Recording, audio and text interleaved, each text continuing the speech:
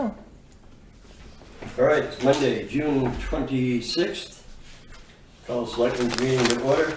Please join me in the Pledge of Allegiance. I pledge allegiance to the flag of the United States of America and to the republic for which it stands, one nation, under God, indivisible, with liberty and justice for all. All right, first up here is approval of minutes. We have draft minutes from the work session, May 19th, when we were working on personnel policies. Move to approve is written. I'll second that. All those in favor? Aye. Then we have the draft minutes from Monday, June 12th. You guys don't need them anymore. Do you want me to come back? No, I think we're good. I don't know, do you need a copy here?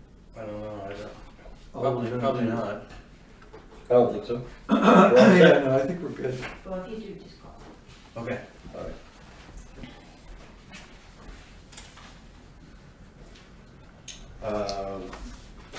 I move to approve the minutes of Monday, June 12th as presented. Miracles do occur. I'll second. All in favor? Aye. Aye. All right. Fire Chief, Adam Johnson, come right down, big fella. By the way, How are you? you have been given, you and your department, I should say, have been given high marks for some actions that you took this weekend. I'm not surprised by that, but congratulations anyway. Yeah, excellent. Thank you. Guys are after it, that's what counts. Are we allowing burning currently? I would hope so. Sunburning, anyway. Plenty of rain. Well enough. Sure. Thanks.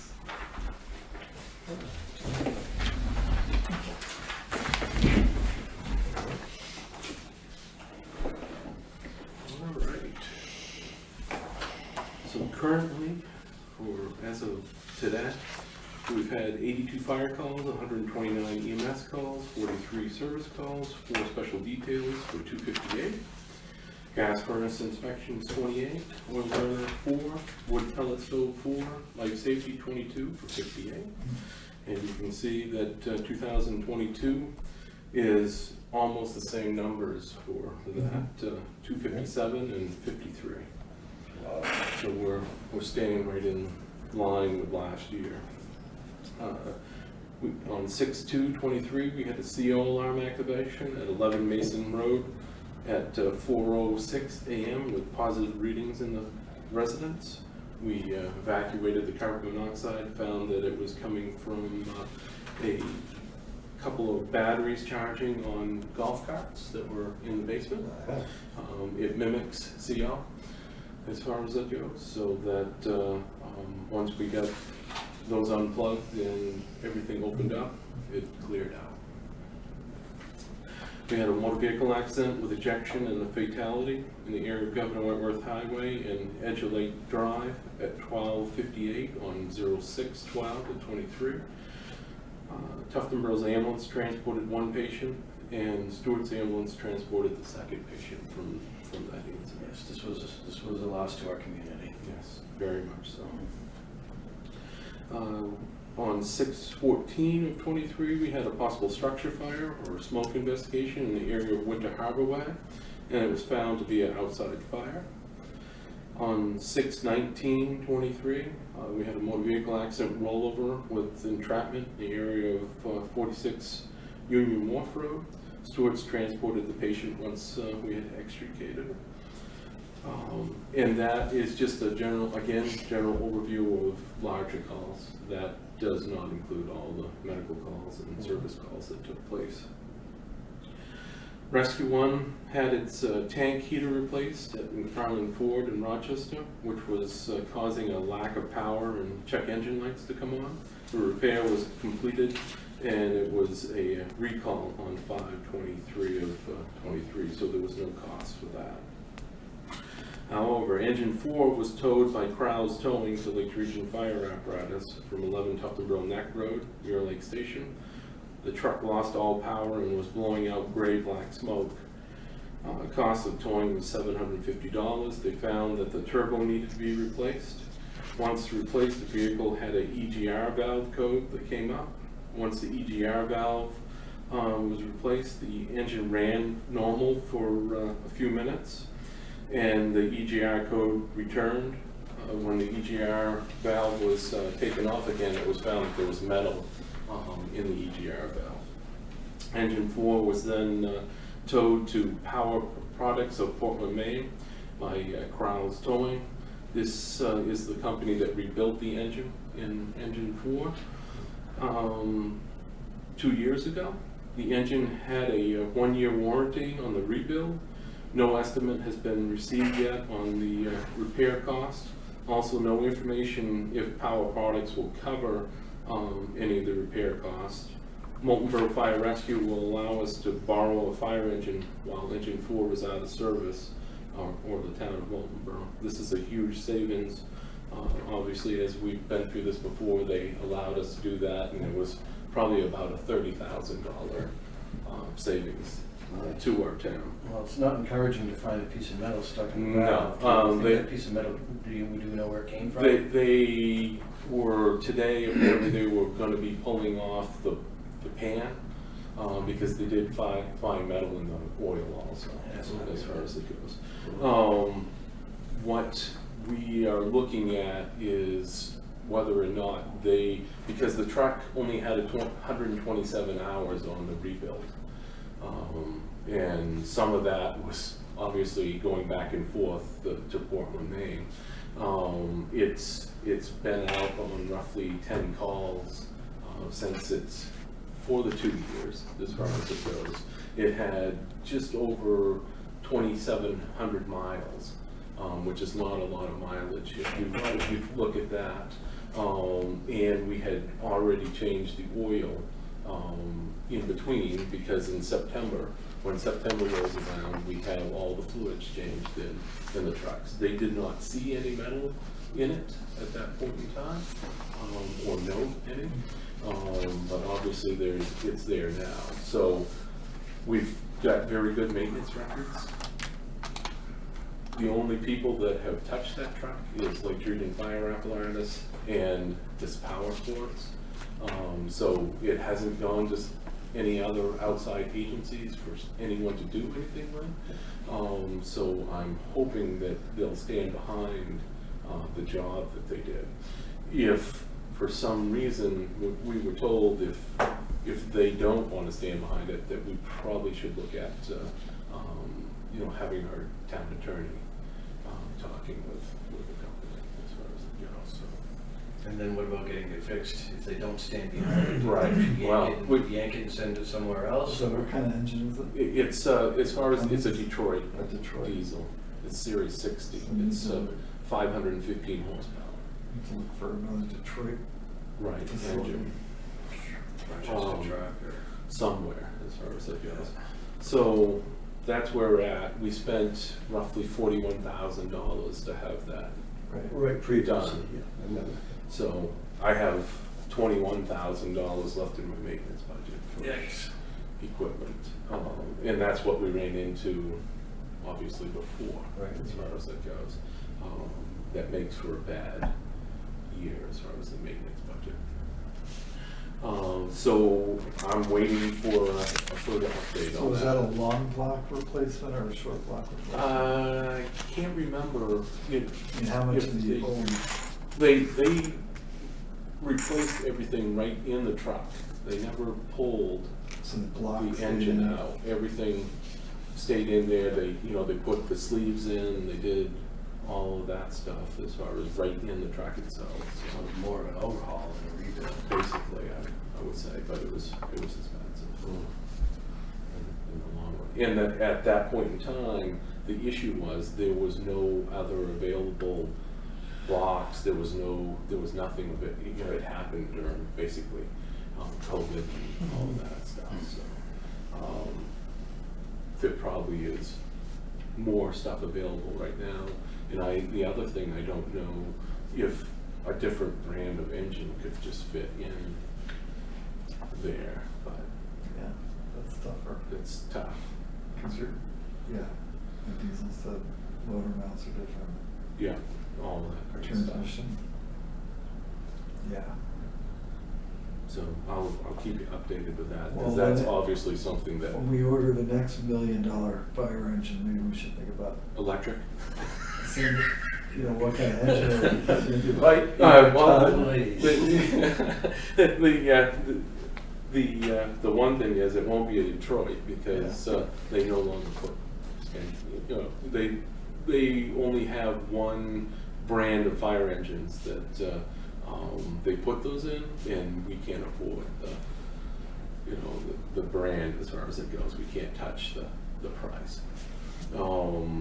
But as far as Cummins and all of those different engines, that's what we have in the current trucks. So, and they seem to be holding up pretty decent. So, Bike safety. bike safety went off without a hitch on 5/25 of 2023. The department is working on gathering information in reference to charging for inspections. We've been contacting different departments to see what their costs are. Once we get all of that information, we'll give that to you that you were looking for. Also, we're gathering information at the same time in reference to how other towns are handling the Airbnbs as far as that goes.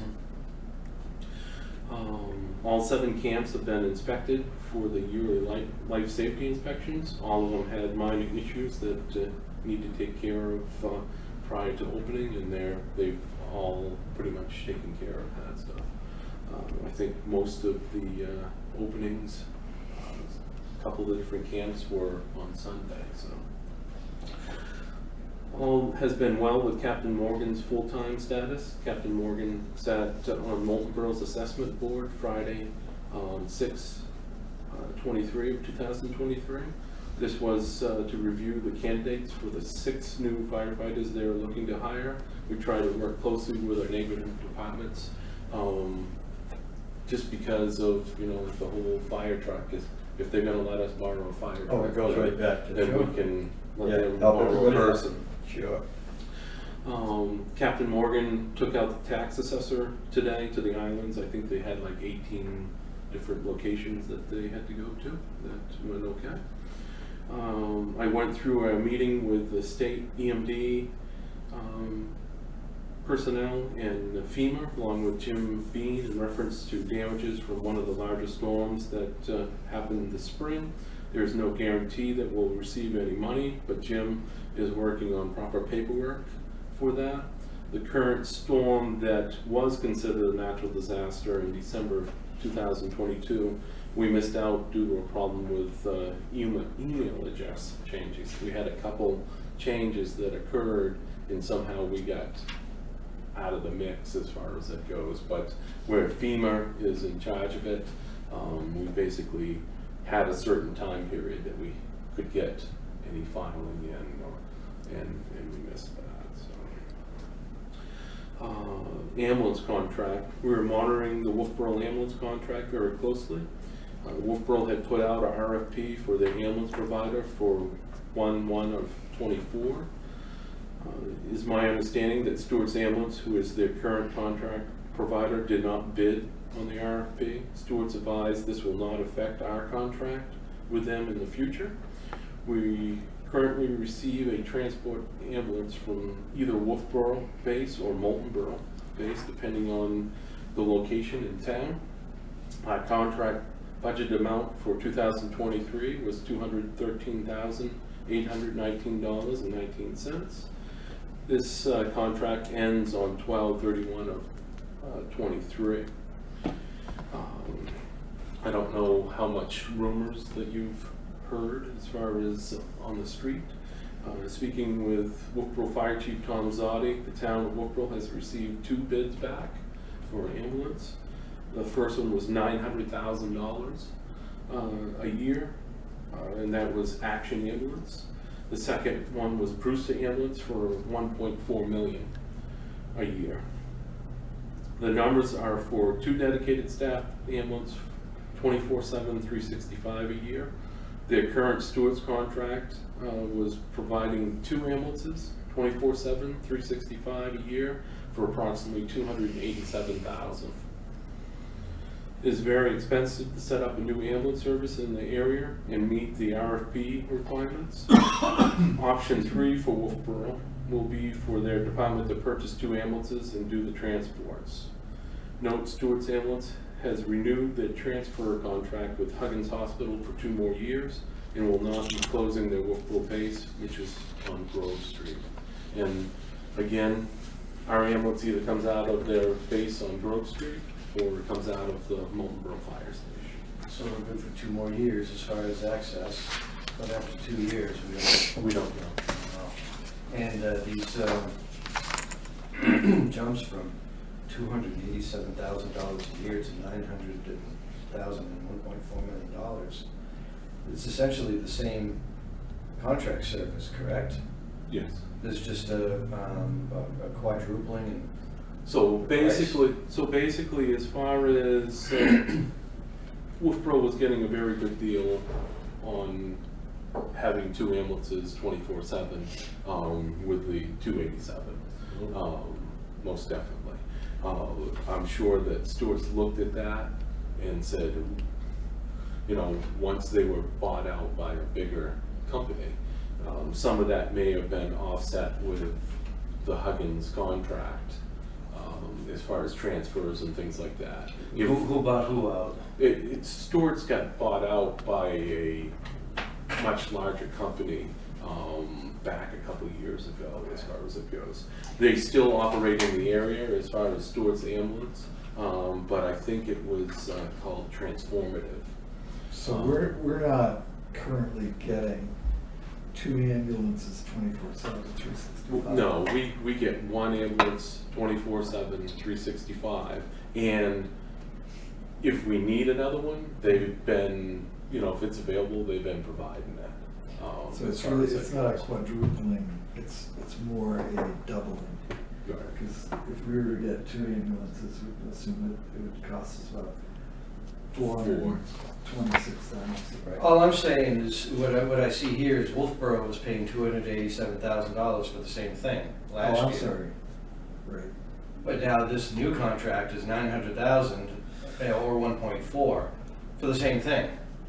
So the service is the same, but they're now going to be paying 3-4 times more. And I'm just trying to. But they were paying half price last year, Okay. Right. because they're charging us $213. So 287, we'll call that $300,000 a year contract, went up to $600,000. It's still at least a 50% increase to the town of Wolfboro. And Not that what that affects us, but I'm kind of wondering why, and Well, if there's a trend that could affect us next year. anything's possible as far as it goes. It is very, obviously when a new ambulance comes into a town, they have to find a place to house their ambulances, their personnel. They've got to go through planning board, they've got to go through ZBA. Stewart's went through all of this and it took them forever to get, set up. There'll be questions of whether or not that, a different ambulance company can get through all of that stuff before the time runs out as far as. Yeah, Stewart's isn't giving up their location. They're not giving up their They're only location. just not doing the service. So there's not a lot of business locations that can support staffing 2 ambulances and the personnel. Right. And even $1.4 million for the contract is less than they're gonna spend buying 2 ambulances and setting it up at their fire station Right. with personnel. Personnel, they may be pretty close to, because they have 11 or 12 currently as far as full-time. You need 8 for 24/7 Right. as far as that goes. So it would be a matter of getting the ambulances in place and the transport licenses and the billing for that. That all it took us a long time to to get that in Right. place. But that's the tough thing. So like if what we have looked at, if we had to hire, 8 people, that's like $800,000 by itself, and then the ambulances and whatever you have to do. So Right. that's a lot of money to get going. Well, and even to keep going, because the ambulance don't last forever. Right. No, they don't last forever, and we're seeing that as far as payment wise, the payments are getting less and less as far as what money that you're able to get from people, as far as it goes. And that, I think that's where you're seeing the change, because if the hospital was making up for whatever cost that the ambulance might not have been bringing in off of transports and stuff like that, people not paying the bills or whatever, then the hospital all of a sudden is like, ooh, we're losing money, the ambulance companies are losing money, and it's just a trickling down effect all around. So I think that it could affect us as far as town-wise, because we're like on an island of our own here. We've as far as who's going to be able to provide for you. So Yeah, who's Molten got? Stewart's is Stewart's small. still. Stewart's the only game in town. For this side of the And when does their contract end? Moltenboro, I'm not sure. They have like a recurring contract, like 5 years and stuff like that. As far as so I haven't seen when their ending contract would be. And you don't know what their annual costs are? It's all divided up between the four, what they call the consortium, the 4 Okay. towns, as far Right. as Sandwich, Moltenboro, Meredith, and Center Harbor. So, and that all goes on, like what the town's worth and how many calls and all of that different stuff. Yeah, you had looked at joining a consortium some time ago. Yes. And we determined, I say with the town, people that determined that that wasn't in our best interest at Right. that time. So if a town backed out, then you were responsible for their share of Right. all And the they- different stuff. Right. And it wasn't gonna give us any cheaper Right. ambulance Yeah. coverage as far as it goes. So it was best just to Well- continue with where we're at. But I didn't want you to be surprised. Oh, I wouldn't have been. And I wouldn't have been. But and obviously, budget season's right around the corner, unfortunately, and that's something that we should think about. Have you talked to them at all about next year? Is anybody able to do any forecasting as to where our price is gonna be going? I can talk with them and see where they. Well, we're gonna have to. Yeah. Because we're going to present. But Yeah, I'm gonna have to talk with them, but I just didn't want it to be, if we're gonna put out our RFP, and put the ambulance out to bid, then I didn't want it to be, a last minute thing, Mm-hmm. as far as it goes. Well, if you've gotten this information on Wolfboro, and if you can get some kind of number out of stewards, I don't know that we need to do an RFP. Is there anybody else that's a player out there? Well, basically, it would all depend on, because what we require of Stewart's right now is that they're within, I think it's 8 miles of,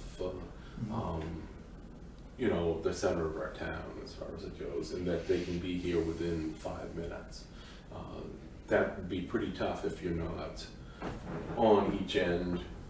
If you're trying to come over the mountain, I know that it's far longer than that, because I've done it when I worked for Lords and. well, there's times in the winter Lakeside. time when it might be impossible, Yeah, never mind. all right. there's times that it's good 45 minutes to get here, so. Yeah, be very, Well, it'd be nice to know if we're gonna be doing a contract renewal, or if there's gonna be a major change in the contract. Right. yeah, because That goes without saying. we don't want to put it on an RFP at the last minute either. Right, exactly. And I know that, obviously there's different ambulance companies all around as far as it goes that are going out of business. Best Care went out of business, that worked on the other side of the lake as far as doing a lot of the transfers. It's a tough business. It's a tough business to make money if people are paying. So, All right. So, well, Hey, How's your car one coming? hopefully we see it soon. I don't have a definite delivery date for the vehicle. We've been checking every week with Hilltop to say, hey, any date yet? But we haven't seen it. So I was hoping to have it now, as far as I know that the cap for it sometime next week is supposed to be finished for the vehicle, and we started to get parts in for it as far as it goes. So we're hoping that it's, hey, you know, it's here type of thing. And do you know what Island Day is? I haven't heard as far 'Cause I as hadn't heard that. either. But I'm sure that transfer station's coming in next. no, I think he's talking Oh, about I know. when one of you guys gets lucky to go out to the islands, Yeah. or all of you. yeah. But it's usually sometime right around the same time that the first Melbourne Church Weeks of July. fair and stuff like that is going on. But if you find out before us, please let us know, and we'll block that out. You're the taxi. Yeah. Just a FYI, I did receive a request for a leave of absence from Steve McMahon, and he, because of family and other personal circumstances, he asked for a request to leave the department right now. We've honored that, and we've told him that you know, if things change, then do another application, and we'll be glad to have him back. He's a very decent person as far as that department, but He was a call member. yeah, he's a call member of the department. Wish him the best. So we will go from there with that. The hazmat truck, is he still selling that? I have today's the 26th. There's a gentleman from Kenworth of New England that's supposed to look at that, and we had one other bid on that, the truck, but everyone that has seen it is like, oh, that has that engine. Oh, it's one of those. And you say anything about a Max Force engine and the year, and they're like, ooh. So, but he was going to give me a second bid, and I think that the grants department will allow it to go away on 2 bids as far as it goes, and then we'll clear up that parking lot, and that'll be gone as far as it goes. It's been here a lot longer than I wanted to, but we've had a bunch of other things that I thought was more pressing, and with Chris with us, we've been able to take up whatever, you know, as far as time that Caleb will be on vacation from the 26th to the 5th, I believe it is. So that would have been, you know, I would have been working by myself for trying to fill in with call people as much as possible. But Chris is going to take up some of that time and go from there. Very good. So we're doing fairly well overall. Good. Excellent. Anybody else got anything for the chief? No? All right. Thank you as always. Thank you. Thank you, sir. And, Oh, any progress on your generator? As far as at Melbourne, Installation, yeah. it's been ordered, and it's actually here. It's just gonna be installed. Yep. I guess there was a couple that were ahead of us. He never requested a deposit on it, so we're good there as He far knows as we're good for it. there was a deposit made for the furnace at Mirror Lake, and that was supposed to be installed here shortly. So I talked to Ed, and he said that we were on his list, and hopefully in the next week or two that it will be in.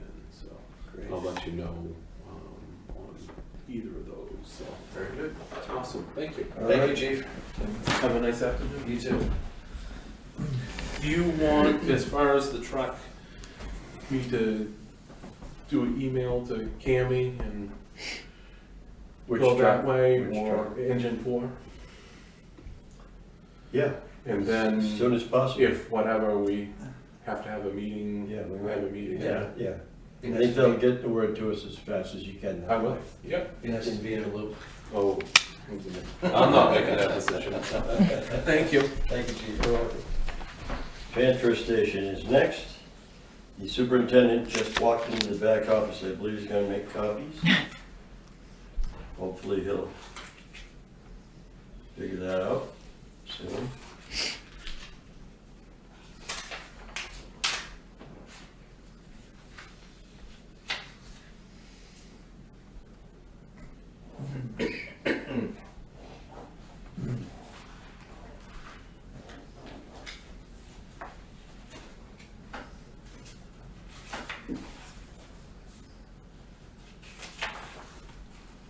Really soon.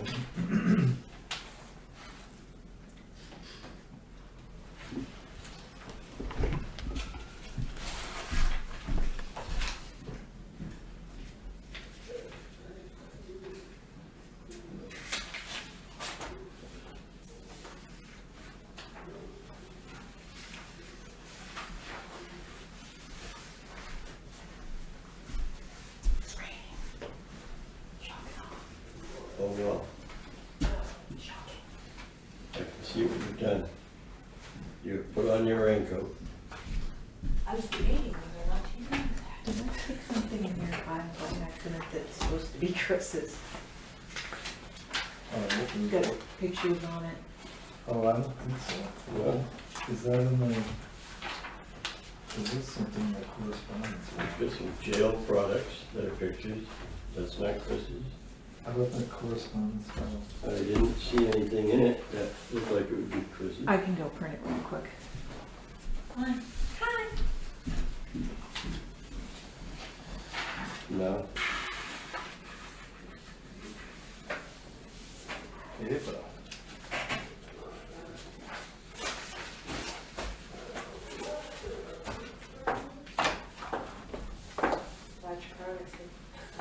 Well, our next appointment is here. He went in the back room for something. I don't know what. Ken's tracking him down. I came early because I figured if he got done, he'd want to get done with it. Well, I appreciate your concern. It doesn't look like it's gonna happen. You want to flip?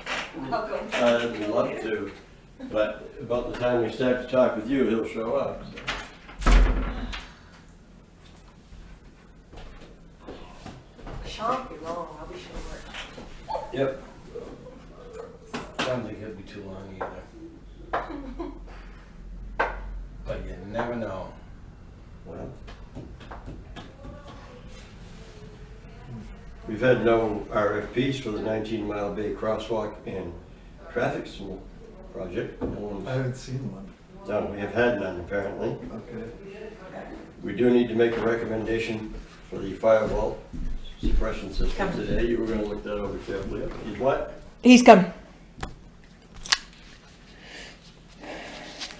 Is his name Casper the Friendly Ghost?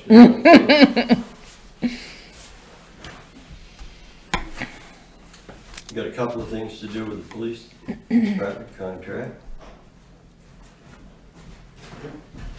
Aha! There it is. All right. Chris Rula, transfer station superintendent. How are you doing? Hey, Good. staying dry, it's nice in here. Thank you, mate. Yes. I don't know if that's should go public, including investigations done or not. But that's I've been brought up to speed on that, I know Bob has. Chip may want to read that. What's that? Incident that occurred at the transfer station. Oh, yeah, Are you aware? I am. I talked to Chris about it up there. I don't, we'll file this report, but I don't think we need to discuss much. Yeah, as long as we let our insurance company know. Right. That's all we have to do. Cammy can do that for us. Cammy, will you notify our insurance company of that incident, please? Oh, how about I was gonna read it? Eventually. Oh, this can probably, yeah, this can go with it too, because, The accident. yeah, the police have a copy of it. I don't need a copy of it in my file. I have enough in that report, but I can do what I need.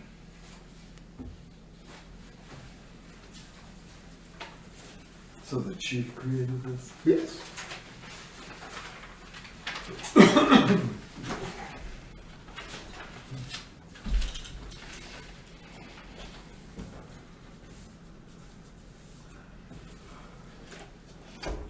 This goes with this. Yeah. Put it together.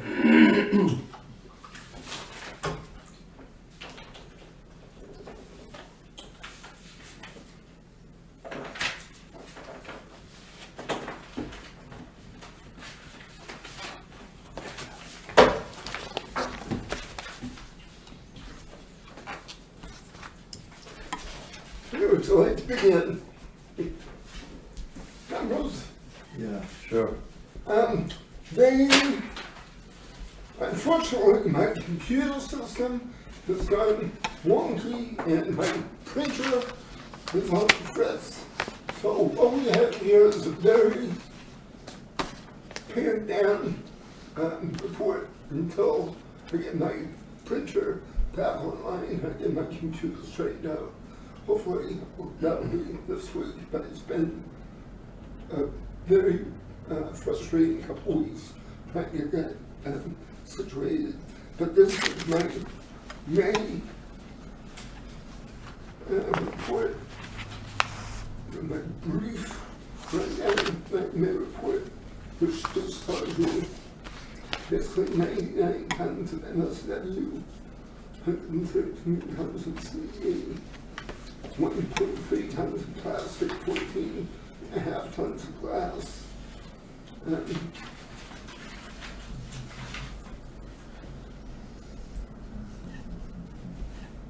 And just look at my complete list of my costs yet.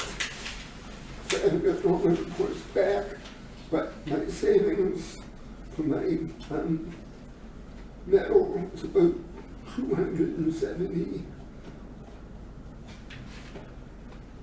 My savings on my plastic and glass is about 1,700. And my costs after it was figured in was about 11,900. What was your total C&D cost?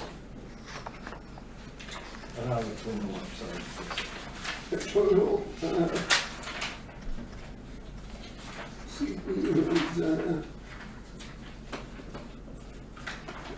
was 2 years. I mean, you've got it listed individually. Yeah, Can I have the calculator? I'm not sure it's about 9,000. Excellent.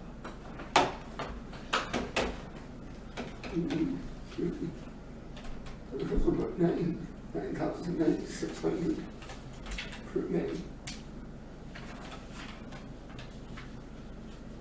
I didn't say in candy my other report. Unfortunately, what I've had to do the past 2 weeks is everything that I needed printed, I've had to paste and copy and send to either Cameron or Kathy. They had to print it for me, put it in my box, I had to get a copy of it. Spent like a 2 or 3 hand process.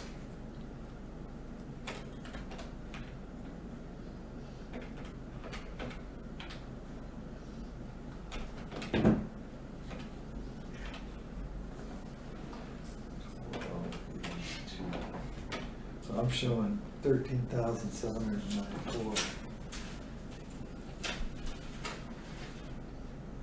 If you just add up the cost CD numbers, that's what it comes up to. It's probably a little more than I did do the pennies. So let's call it 13,800. And you've taken in 11,800 in fees. So we're $2,000 upside down on that. But is that C and D fees, or is that, does that All include the fees. stickers? Or is that your total revenue? Don't have, unfortunately, I don't have that report here. It doesn't, I don't have that, can't tell you, I don't, it's not on this button here. Was that, Kenny, do you know if that got cut off or if it just didn't, if it didn't print?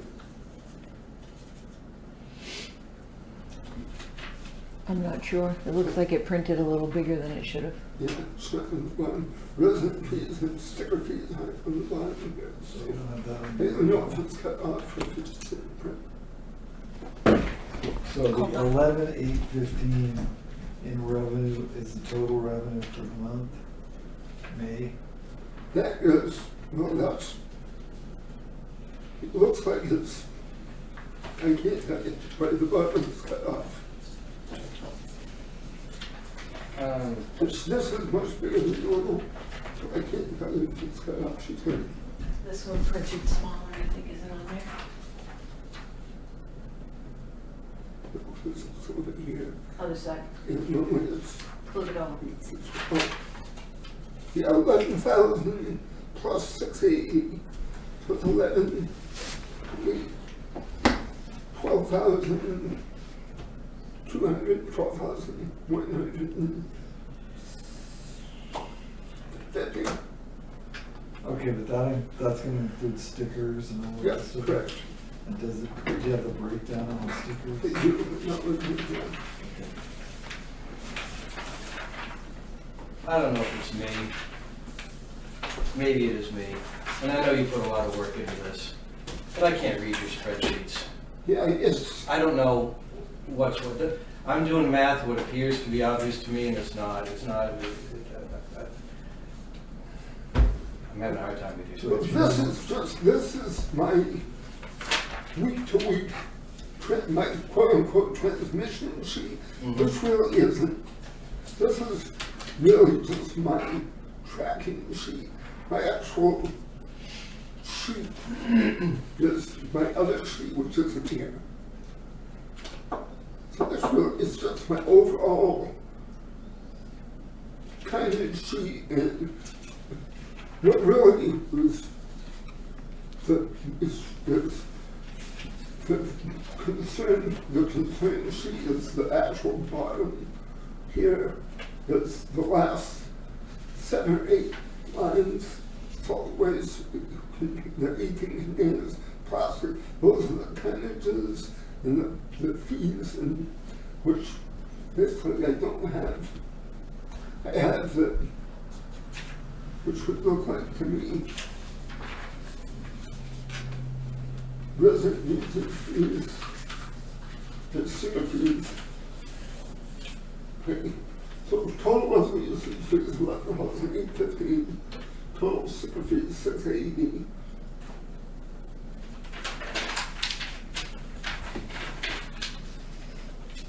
And then, up above that, the wood cost fee for plastic and the wood cost fee for glass.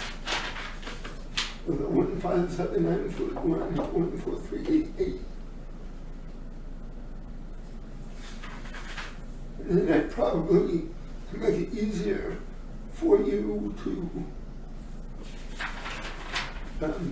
read, I can move down into the bottom category.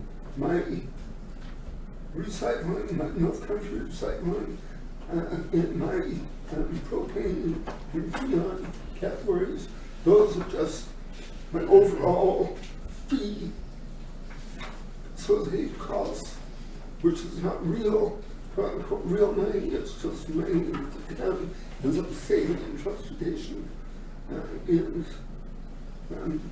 overall fees. So I figured that out, and with the town saving recycling propane and that freon was about $270.10 once a day. So that's those two fees that we saved. Yeah, and I think the other thing that we need to do is we need to separate compactor and CD. The compactor and CD. Yeah. Because what, I mean, let's just take May 9th, for example.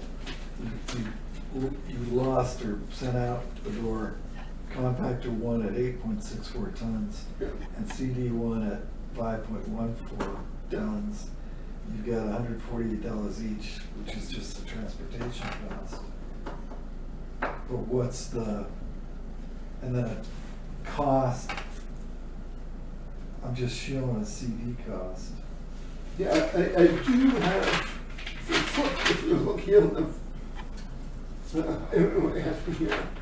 What you have is this got cut off, but you have on this smaller one here, I think, you have household rights here, 1,081.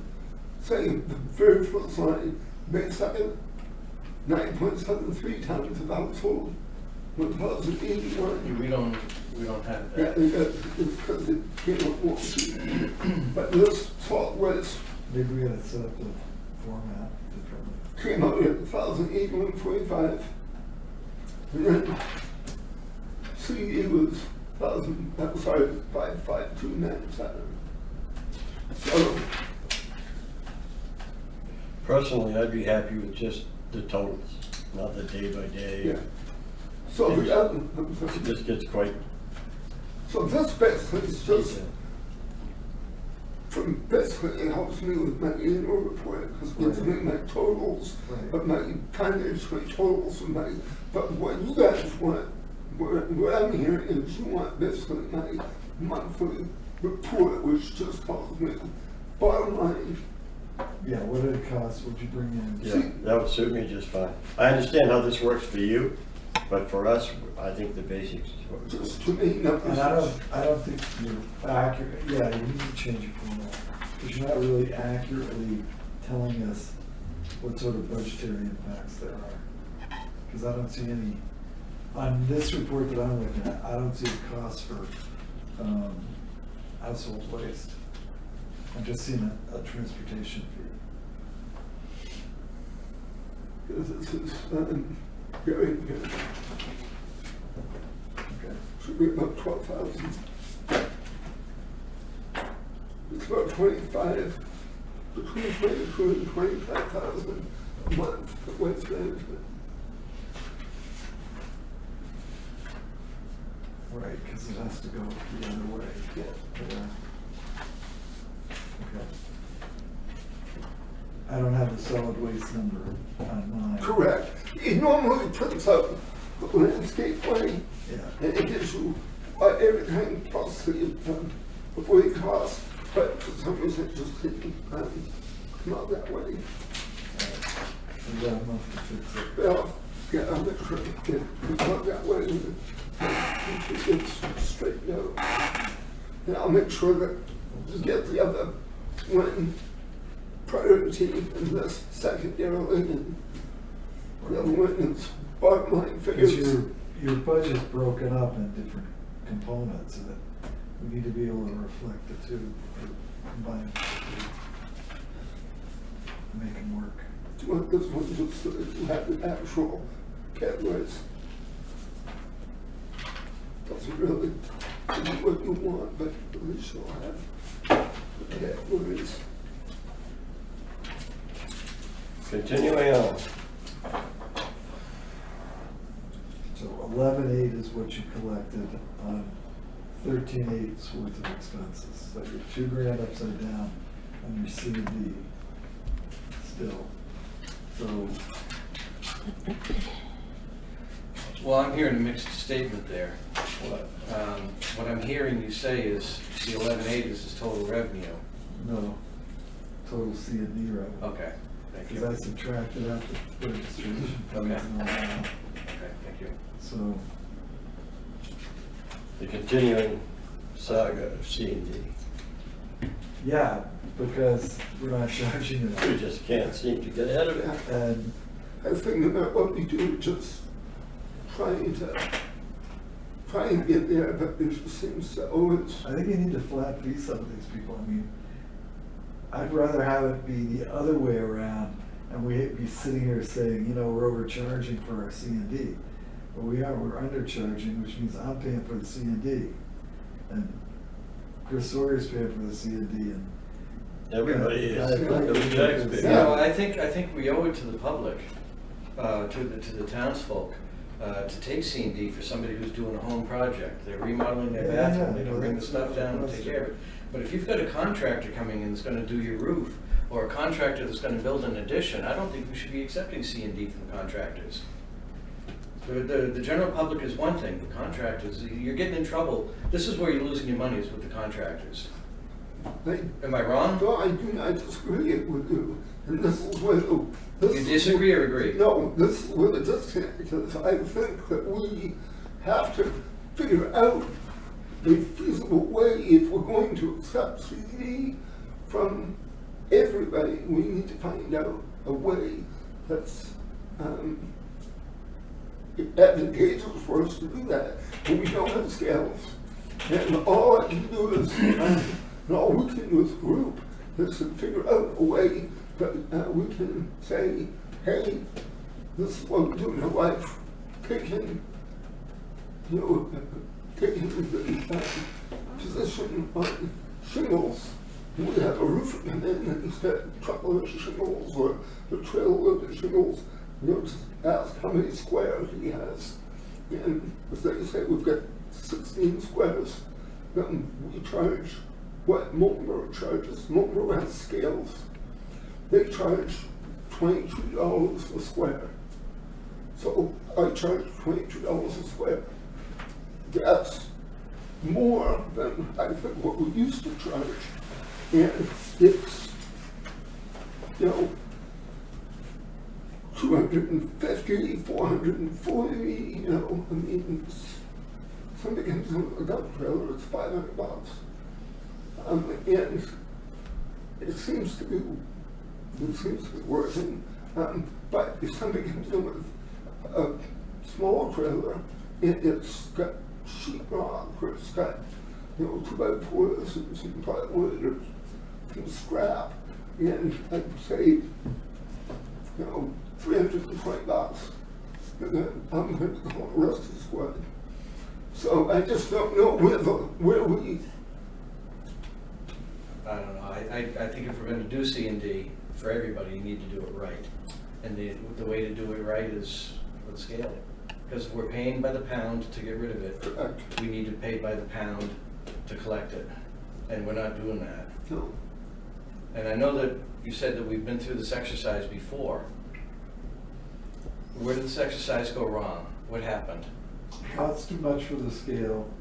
It costs too much on an annualized basis to certify it and man it. And where do you get that expense back? And the place it goes south is if you're gonna charge at the weight, that's one thing, but you gotta charge at the weight plus the scale. In other words, you need to recover that $75,000 somewhere. Of course. So, What's your return on investment for something like that?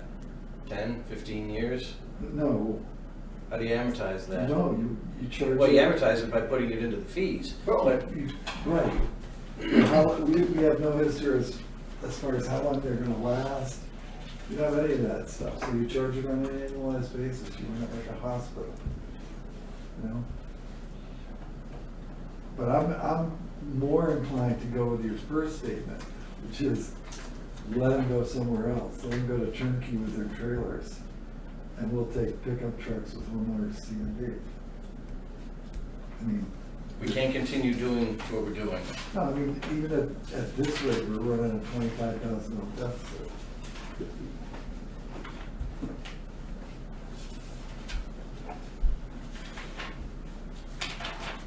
And, you know, it's easy for the executive to sit at this desk and say, do this.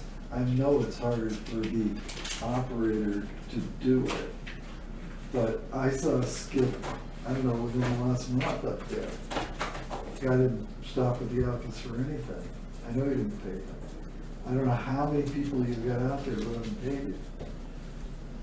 I think that the way, no, my feeling is that the way that we have scale, the way that we make it work is we use with KCE.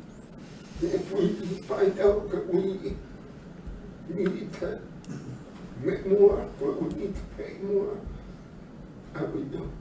we can spread out a little bit more. You know, if we take it from other places, you know, that sounds like we do, but we're a transfer facility. That's what we are, we're a transfer station. So if somebody in the border of Tamworth from over, or who's doing a job and they wanted to come here and dump their construction trailer with a load of construction debris, and we want to charge them $500 to dump their load, we charge them $500. Well, we set our fee $90 a pound. It doesn't matter who you are, if you come down here, it's $90 a pound. That's how we pay for our scales. We just make sure that waste management drops off 9 open tops. So when we tow one, we move it and we put it into one that's. Well, I don't know that we need to accept C and D from anywhere in the world. No, but I'm saying we have. Hypothetically. We have a range. That's where our license, we'll get into that soon. But a license says that we accept material and we transfer it. So we just start accepting the material and transfer it. That's how we pay for the scale. That's just discussion. You turn it into a business model. Correct. An enterprise fund at the transfer station. I mean, that's when we look at Okay, it. and that's not taking into account that major hurdle at the beginning. Okay, now we're gonna ask taxpayers for $75,000 or $100,000 for the scale. Right, the cost of the excavation, cost of the scale. In order to justify that, how are you gonna charge to make that work? Yeah, So now we need to know how many tons of C and D do we handle in a year? yeah. And How much more do we need? just do simple division. Mhm. And I don't think a 10-year amortization schedule is gonna fly at the town meeting. I don't think it would fly here, I'm not gonna vote for it, but maybe you two guys will. I can give you the numbers. Why would we wrap $100,000 worth of asset, $100,000 worth of money into a 10-year project for this? When we could just as easily say no. That's the part I'm wrestling with. No, and it's a valid argument. If you're gonna do this, it's gotta be a business model. And if you're gonna amortize the cost of it out over it, it's gotta be able to pay for itself. However that is, you can't guarantee who's gonna bring in what per year. Right. You know, that's a variable that's unknown. But it's gotta be able to pay for itself. And you know, the only way for it to pay for itself is to figure out all your costs, all your overhead, and come up with a number. And if you wanna make any money off of that, you know, we're not in business to make money, but if you wanna make any money off of that to cover, you know, potential losses, to average it out, you do that. And that's the fee. Or, Would not taking asphalt roofing materials solve this problem? No. Good enough, that's all I needed. My concern with us, yeah, I mean, I'm gonna clearly do what I'm told and what the board votes on.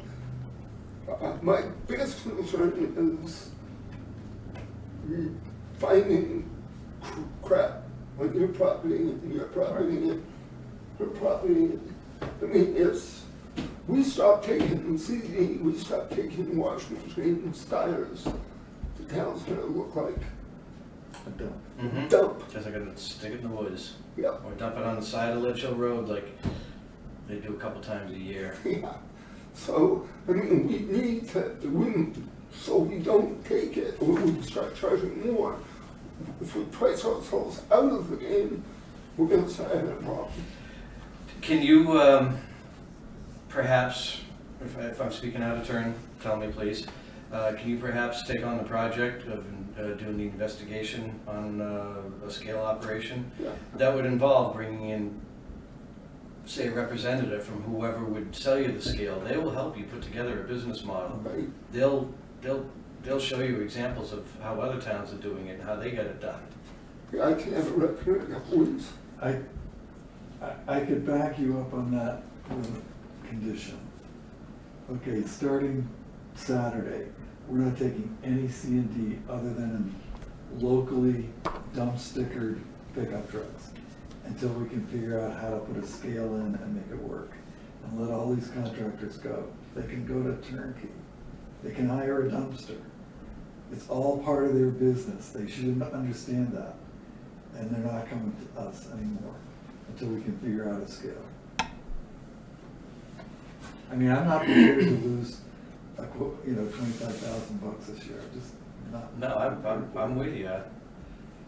I'm with you. And we've been bouncing this ball along for quite a while. Months. Yeah. Well, since I started sitting in this chair. Yeah, and We've been before talking about this. that, long before that. Yeah. I mean, I don't want to put the homeowner out of shape on it because they're paying their property taxes, but I mean, this is really over the top. I mean, I didn't have the tonnage up, but what do you pay a ton? So far in June, we've done 113 tons in June, and we're not done yet. I did five containers last week. Yeah. It's out of control. Yeah, there isn't that much. I mean, I realize we got building permits all the time, but you can't convince me that that's a result of our local building permits. I mean, unless somebody's tearing a whole house down. General contractors should be coming in and using us. They should be hiring a dumpster. Yeah. But you take, I mean, they're just gonna build the, It's gonna go to the end user. and actually they're billing the client anyway for disposal. Mhm. So Mhm. the client isn't suffering. No. Yeah. That's my position, and I think the nice part about it is that if it's a real issue for these characters, then they'll come in and complain to us. They shouldn't be complaining to, and Chris should be able to say, the Board of Selectmen decided we're not taking trailer loads of C&D anymore until we can figure out a scale. And let them, see how many of them show up. Do we give them any notice or just shut the door, shut the gate on them? No, I don't know. If you give them notice, they're gonna scramble and get as much as they can in What's the point the of next couple of notice? days. yeah, I'll just I mean, have, I'm more concerned about our Right. employees deciding that, I know this guy and he's been a good guy and I'm gonna let him do it while Chris is off getting a cup of coffee somewhere. I mean, Chris is gonna have to control that. Right. I'll just have Tammy give me a memo from the selectmen. Yeah. I'll have Adam give me one of his signs, with our signs that say, no commercial CD. Right. We'll put it at the end of the road and chain it to the post. And that'll be, So it doesn't become CUP. so it doesn't become like the police department's speed signs. You need a motion and a vote on this. I think so. I'll make a motion that as of, I don't know, July 1st or whenever the next Soon enough.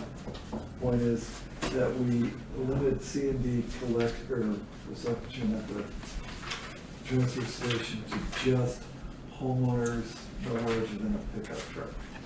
And we eliminate commercial hauling of C and D into the transfer station until such time as. Until further notice. I mean, we can let them know we're gonna think about the scale, but Mhm. until further notice. Next, All right, do I have a second? Second. All in favor? Aye. next, Keep that open, yeah? makes our situation much easier. So your revenue's gonna drop a little bit, but you're actually in better shape. Yeah. So, Well, I guess, yeah. Lose money on every sale and somehow make money at the end of the year, I don't know. okay, How's the new schedule working out? Do we start? no, I was in there the other day. They were sitting behind the track hole at the table. They did, not the track hole, your skid steer. Kibitzing while I was sorting out my plastic and cans, and I heard it was raining. I heard a little, they were supposed to talk about this, the schedule, this, schedule. I didn't hear everything, but they were talking about the schedule, and it didn't sound like they were happy. Yeah, well, I wish that might, again, I was hoping that I had a copy to give you of my new version, my new version. The one that we signed off on?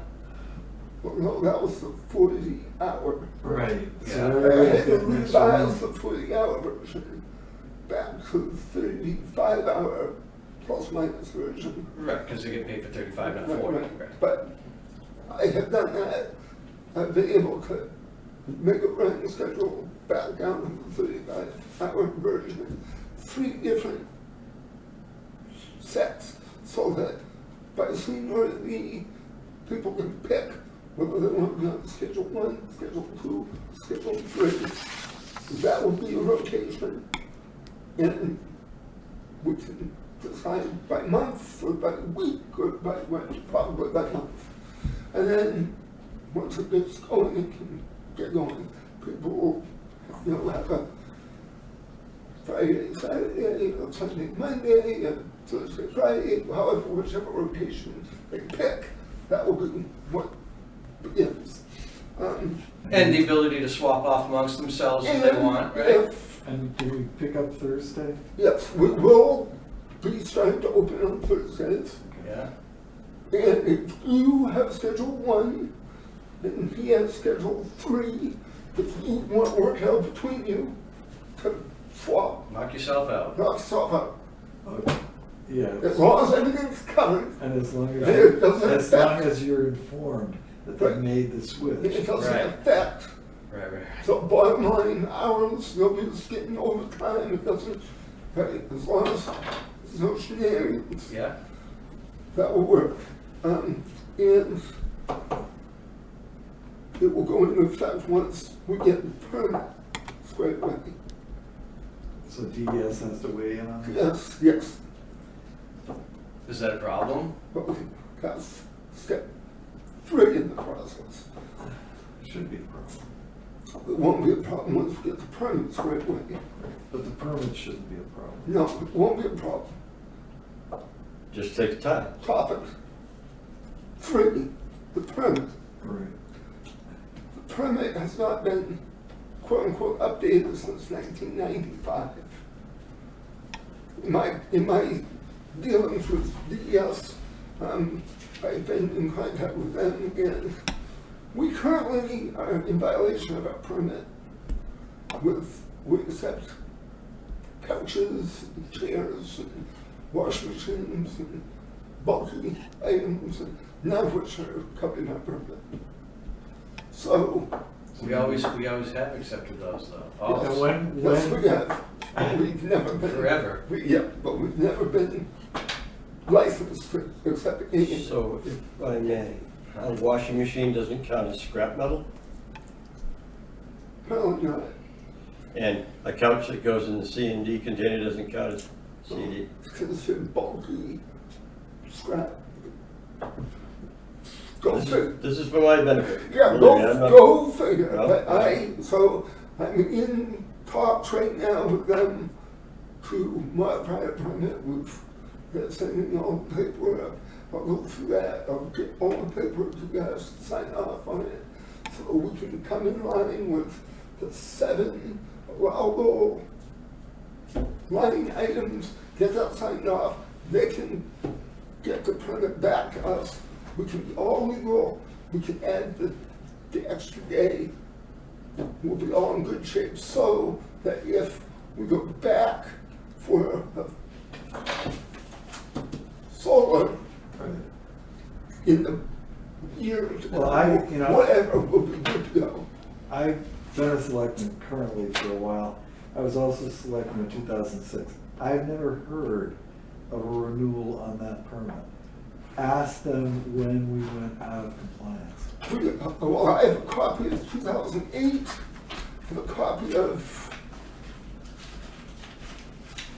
2002, and I've renewed it 3 times now, or 2. Right. Well, 1 time when Clay was before he left, and 2 times myself, and it's just gone through. But apparently, when you renew it, they just look at the renewal, and as long as all the boxes are checked, it goes in the file. Okay. Until you go call down there and say, hey, we're looking at X, Y, Z, and they pull out the permit, they pull out all the renewals, and they compare. Right. So we're not out of compliance as far as renewals. No. We're out of compliance with some of the What we things said. we take. Yes. Yeah, no, our renewals are good. Okay. We just accept some things that are not in compliance with our permit. Okay, but it's easy enough to add those to the permit, right? But I need to So, like, we modify should go it. there. Right? But, yeah, so I need to, file for a new permit with modifications for these items that we've been accepting. Okay, so once you do that, What we've then you been- can go with the new schedule. Correct. Okay. So- So I can't write about this, I'm doing the article for the Tufton Borough Times, I can't talk about that yet. So I think Okay. in real terms, I don't think that we can look forward to this new schedule until probably September. It's probably going to take 30 days for this permit thing, at least between us and the state, to get this thing squared away. 30 days, I think, is probably a conservative estimate on the state. And then we've got to get in here, get this thing back and forth. And probably, So that gives you plenty of time to get total buy-in from the workforce. yeah. Well, let me ask you this, then, are they on board with the principle of the new schedule? Yeah. Yep. Okay, Well, yeah, okay, They have, you can't, good answer. yeah. It's happening. they had an objective, which was a certain number of weekends off. Yeah, And the payment for that is a different schedule and open on Thursday. right, So everybody wins. right. And I don't know why they wouldn't be in favor of that. Well, I coincidentally did some research. I didn't have a schedule for it with me, but this almost identical schedule is one that I proposed over a year ago, and it was acceptable, perfectly acceptable. We've almost gone the whole circle back to this almost identical schedule, and we're right back where we started. And so if we get to September and there's a conflict, and At some juncture, you have to say, this is the schedule, you're on the, and if you don't like it, there's the door. there's three options. Right. Somebody pick something. Yeah. Yeah. And that's accommodating enough. I think that's all I have Thank you. Amen. Yes, that's something. I'm glad to respond to anyone else that you might have. I'm fine with it.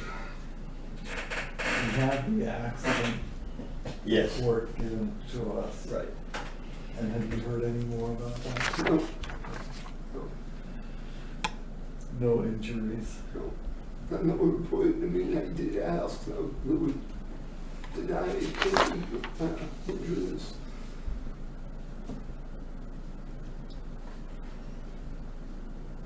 And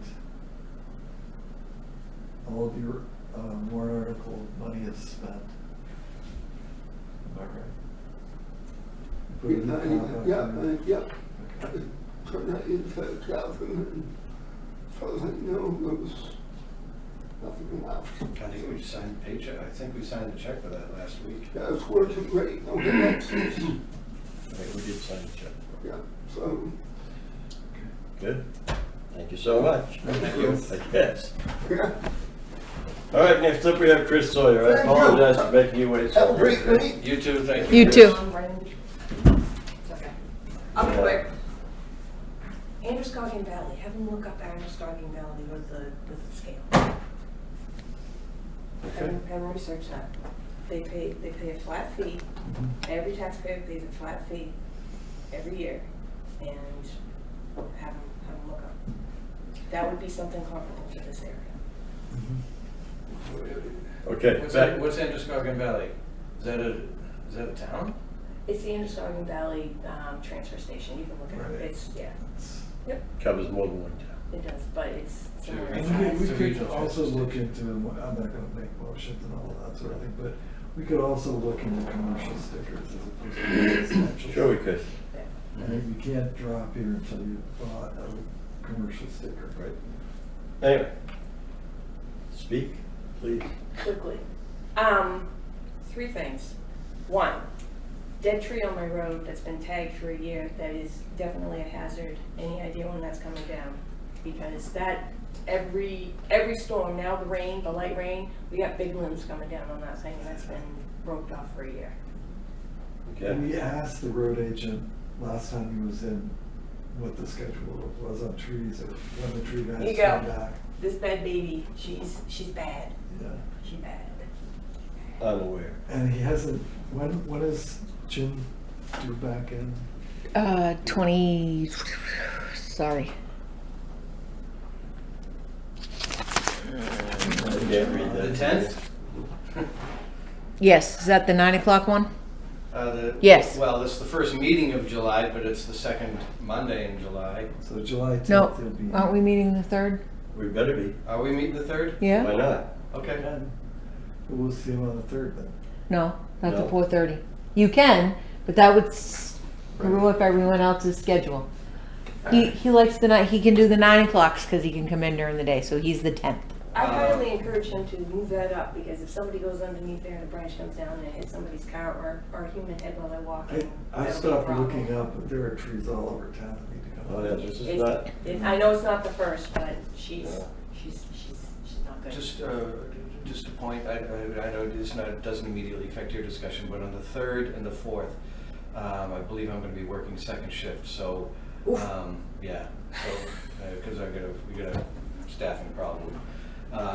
So morning on the. So, yeah, I'm gonna suggest a morning meeting on the 3rd. fine. Do a morning meeting on the 3rd, morning meeting on the 10th. Do them all morning meetings for whatever we gotta do. We need to get it done. And that's my motion. We need to get it done. Get her done. Fine, make it a morning meeting.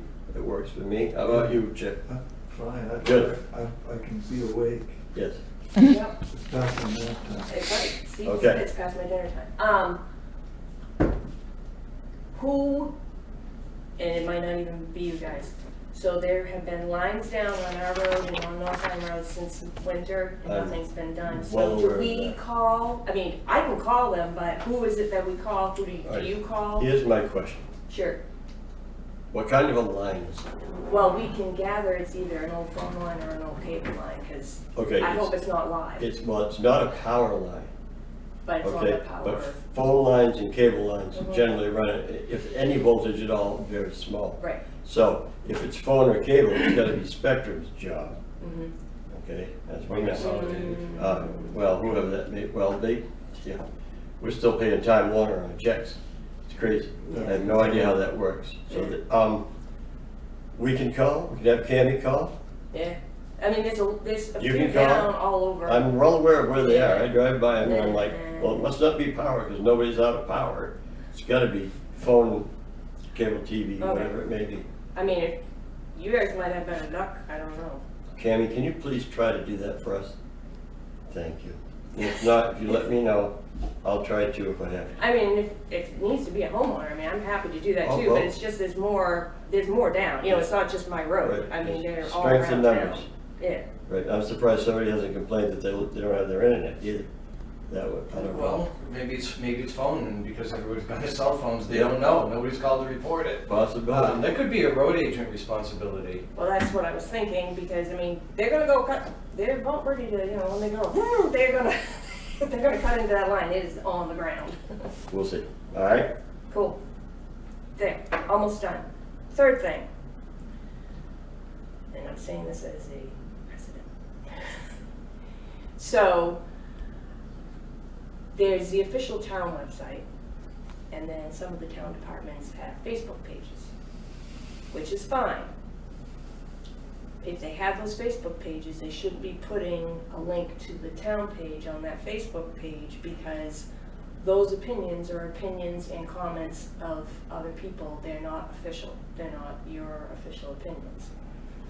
Case in point, the not so kind comment made on the Tuftonboro Park and Rec Facebook page dissing the Bob houses on Pier 19 over the winter and accusing those Bob house owners of making the damage down at the beach.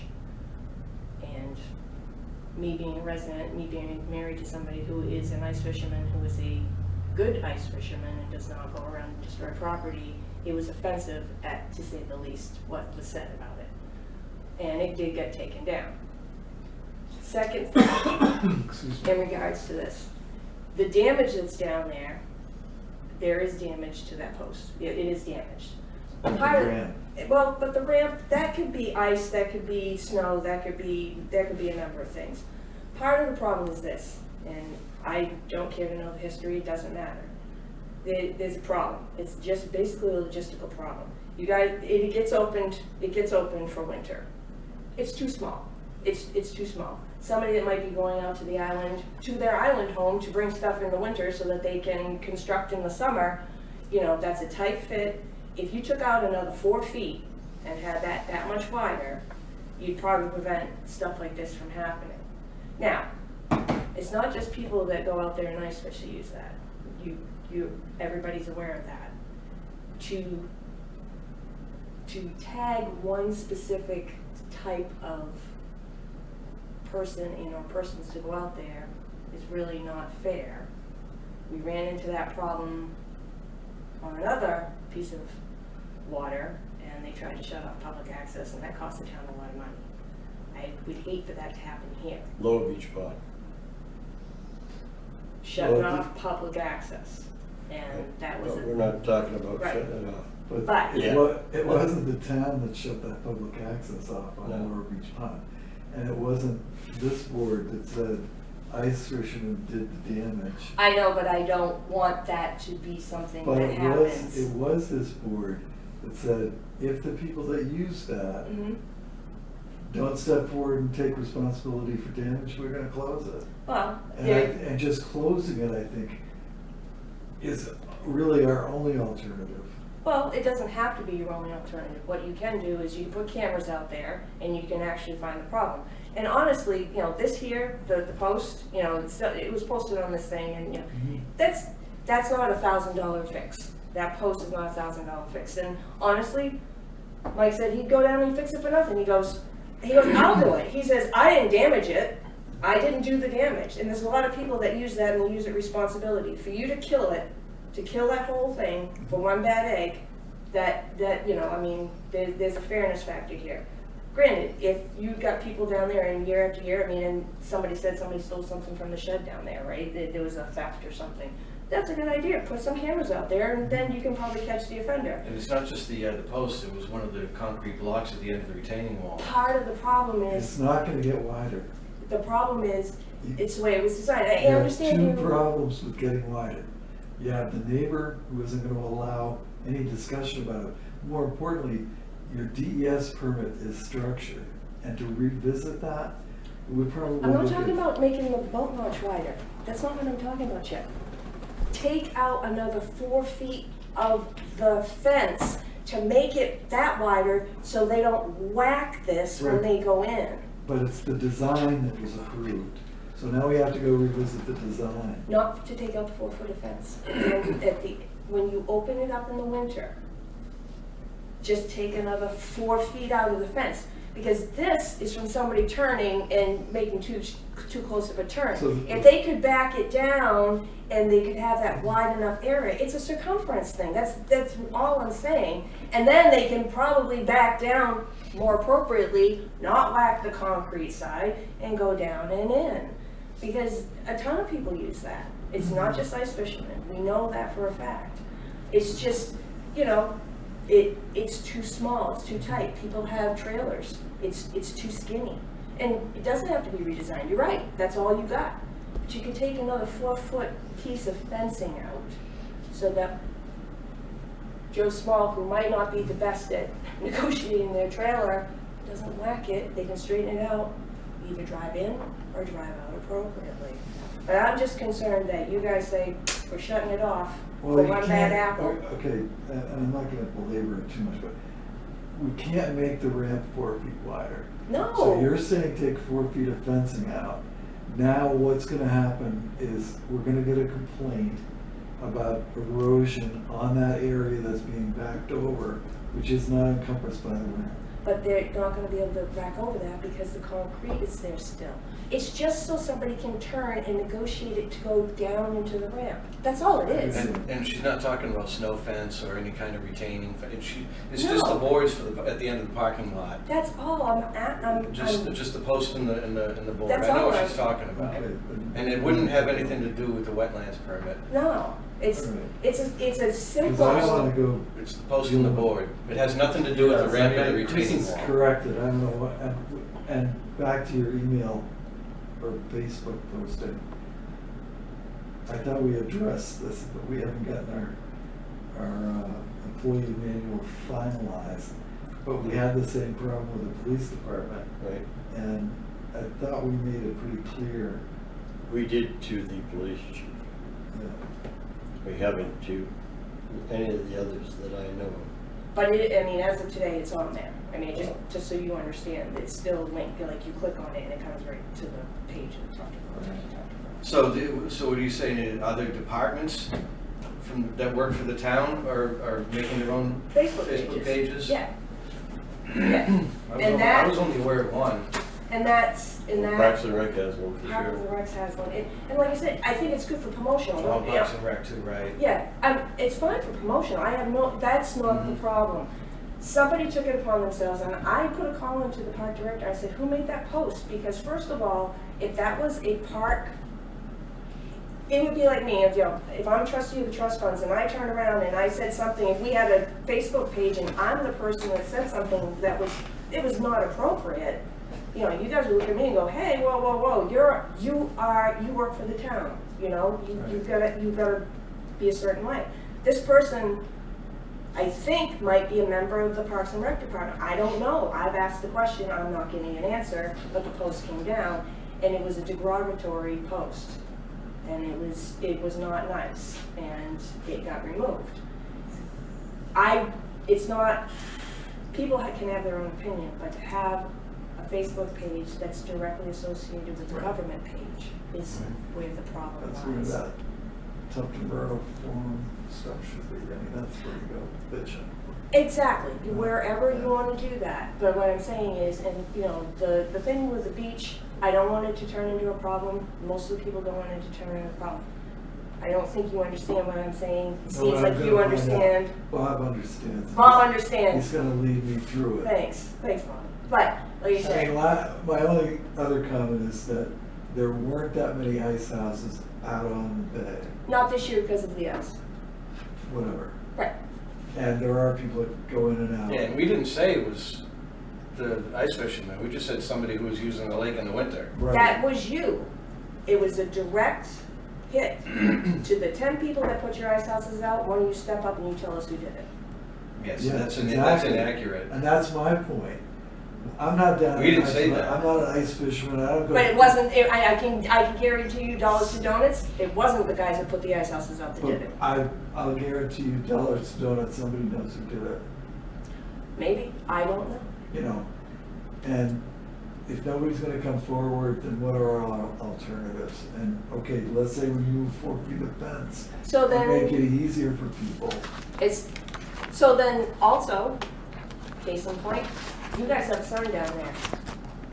What does it say? No trailer parking, doesn't it? And how many times go down there all winter long, and you got a guy that's the good guy, he goes and he drip and moves his trailer, and how many people are down there with their trailers there all day long? You know, I mean, That becomes an enforcement issue. exactly. Yeah. But this fix could cost us $10,000-$15,000. As far as the in the The ramp water. and the ramp and and that cement block. If we get hit with something like that every year, Right. that's not fair to the taxpayer. No, it's not. And that being said, you know, that could be any number of issues besides it being the ice, the snow, and, you know, the design. I don't know, I wasn't involved in the engineering, I wasn't the one that installed the ramp. You know, it could be something to do with that as well. But a simple fix is that, moving out 4 feet of a piece of wood might eliminate some of that problem. It Could. might. Right. So eliminate some of the problem, do what Chris mentions, I mean, it seems reasonable enough, and if it Yes, happens indeed. again, I mean, we're not obligated to spend money so people can drive out on the ice. They can walk out on the ice and drill a hole and catch fish. We're not obligated to provide them with access. But you're also missing another important taxpayer that is out there using those island homes all winter long too. They They'll hire transfer a stuff. barge in the spring. Well, some do, but some don't. So what I'm saying, it's not just the ice fishermen, it's the people that pay the taxes to have that island property as well. I mean, so it's not just one faction of people. So, remove the post 4 feet, make the opening wider so they can turn and go straight around the ramp. And we do that now, and next spring we'll know if it worked or not. And and when you guys said about installing cameras, why not? Yeah, well, Is it, I mean, and maybe that's a legal issue, but there's no reason why you can't, because it's a public piece of property and you guys have the authority to do so. As long as you're not recording sound or recording audio. well, you Right. can't record license plates. I'm not certain. Sure you can. Yes, No, you can't. Sure you can. There has to be a sign, I'm sure, that says you are here. live recording in progress or Or something like that. we have cameras on our speed signs. You can't. It's against the law for a police department to record license plates. If you're targeting license plates, yeah, but if a vehicle just happens to drive by a camera and you happen to see Okay, the license plate, let's say you see, okay, that's so not- you recorded it, what are you gonna do with it? What are you gonna do with it? that's It's not the no intent of the good- recording. What is the intent? To monitor the activity Okay, but what are you gonna do passing with it? through. I mean, if we're gonna install cameras and we can't use the information. I have cameras in the parking lot up there. I'm sure you do. They record license plates all day long. I'm sure they do. But there's a difference. You don't have a police department over there, you got the sheriff's department. That's not a police That's- department. that's a little different. You mean a more effective department than Tuftonboro had? The point That is, goes you on the need to record, use the by the way. information in court. Okay, I see a guy drives in, does some business, I record him on a camera, record his license plate. In New Hampshire, we're no longer out there on television. In New Hampshire, you can't use that. Well, I guess what the thing is though, you know, if what you're saying is true and whatever, that's, I'm getting back to the point where what you're looking for and what you're recording is if you can aim those cameras at the trigger points. If a black Chevy pickup truck smashes into that post and you happen to catch the license plate, it's going to be irrelevant because you're going to see that the truck hit the post and you're going to be able to then track it. just, we should have Fran Lassie put cameras on his property. That would be more effective. And point them towards the boat ramp. or All right, launch so ramp. are we gonna get a hold of Parks and Rec, see about getting that post moved 4 feet wider or not? Or are we gonna authorize or ask the road agent to do it? What's gonna happen? We need a course of action, because I'm tired of sitting around with this as long as we have, okay? I mean, How's it's a that? simple fix to see if it even works, and if it I doesn't say work, I mean, the road agent generally handles that kind of. All right, so why don't we see about the road agent? I'll be glad to go down there with him and see what we can do about getting that wider, so that when they turn, they'll be straight on the ramp, and they won't hit the concrete. Maybe everything will be good next spring, maybe it won't. There's only one way to find out, as far as I can see. And that's a free try. That doesn't cost us any money Well, other than the labor. A tiny bit to move the post and Yeah. cut some boards back. whatever. 4886, you can get another 4x4 pressure to your post, just so you know. I looked it up. So you can move it in the fall and put it back in the spring. I'm willing to give it a try. I see no harm in it at all. Let's do it. All in favor? I, Aye. Thank you, Chris. Thanks, guys. All right, if we can move on. Fair enough. Let me know what he says about the tree. Yes. Signature file. Oh boy. Here comes a hot one. We have a warrant for unlicensed dogs. Oh, okay. only one? One. Oh, wait, excuse me. I may be lying. There's a list, multi-page list. There's a lot. Yeah.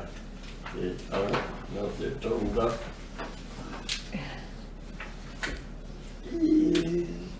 About 3.5 pages of unlicensed dogs. You like to see that before we sign it? Yes. All right, while you're perusing that, I'm going to move on a little bit. We have a notice to reappoint Laurel Podson to the Conservation Commission. So moved. Second, all in favor? Aye. And, Oh, the term to expire June 26th. and Laura's all in favor of this? And Yes. actually, just to be clear, Steve Scapicchio came in and said that, because you have one there for Lynn, Mhm. Lynn was the alternate. Yes. Laurel is now becoming the alternate. Yep. And Lynn is going to be a member. So we're going to swap membership duties. Yep. So we're going to approve Laurel as an alternate. And then, as Cammie has explained, we're going to appoint Lynn, who was an alternate, as a full-time member, also to expire June 26th. I'll move that. I'll second it. All in favor? Aye. And I'll move that we sign the warrant for unlicensed dogs. I'll second that. All in favor? Aye. And there it is. There's quite a few, I was surprised.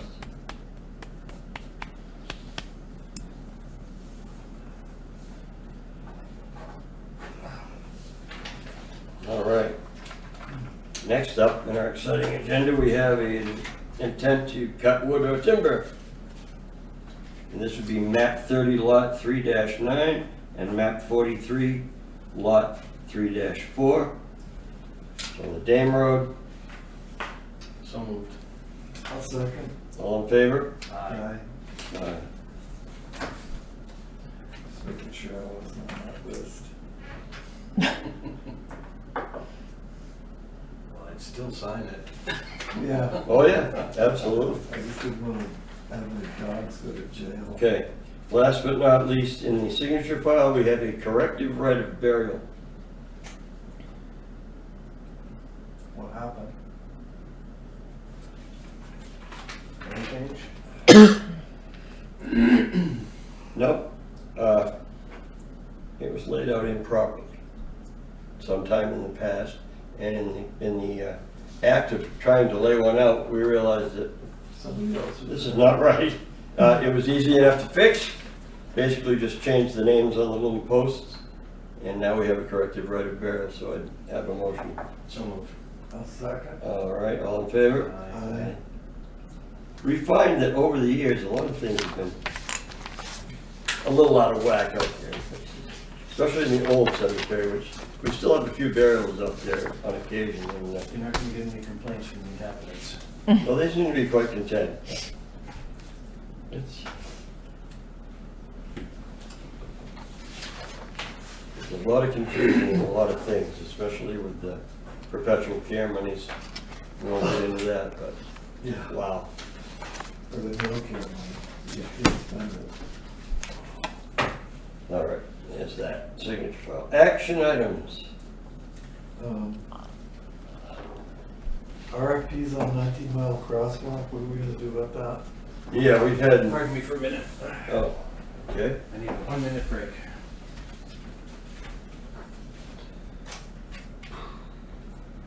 Well, I don't know what we're gonna do about that. You know, nobody wants to do it. I'm kinda,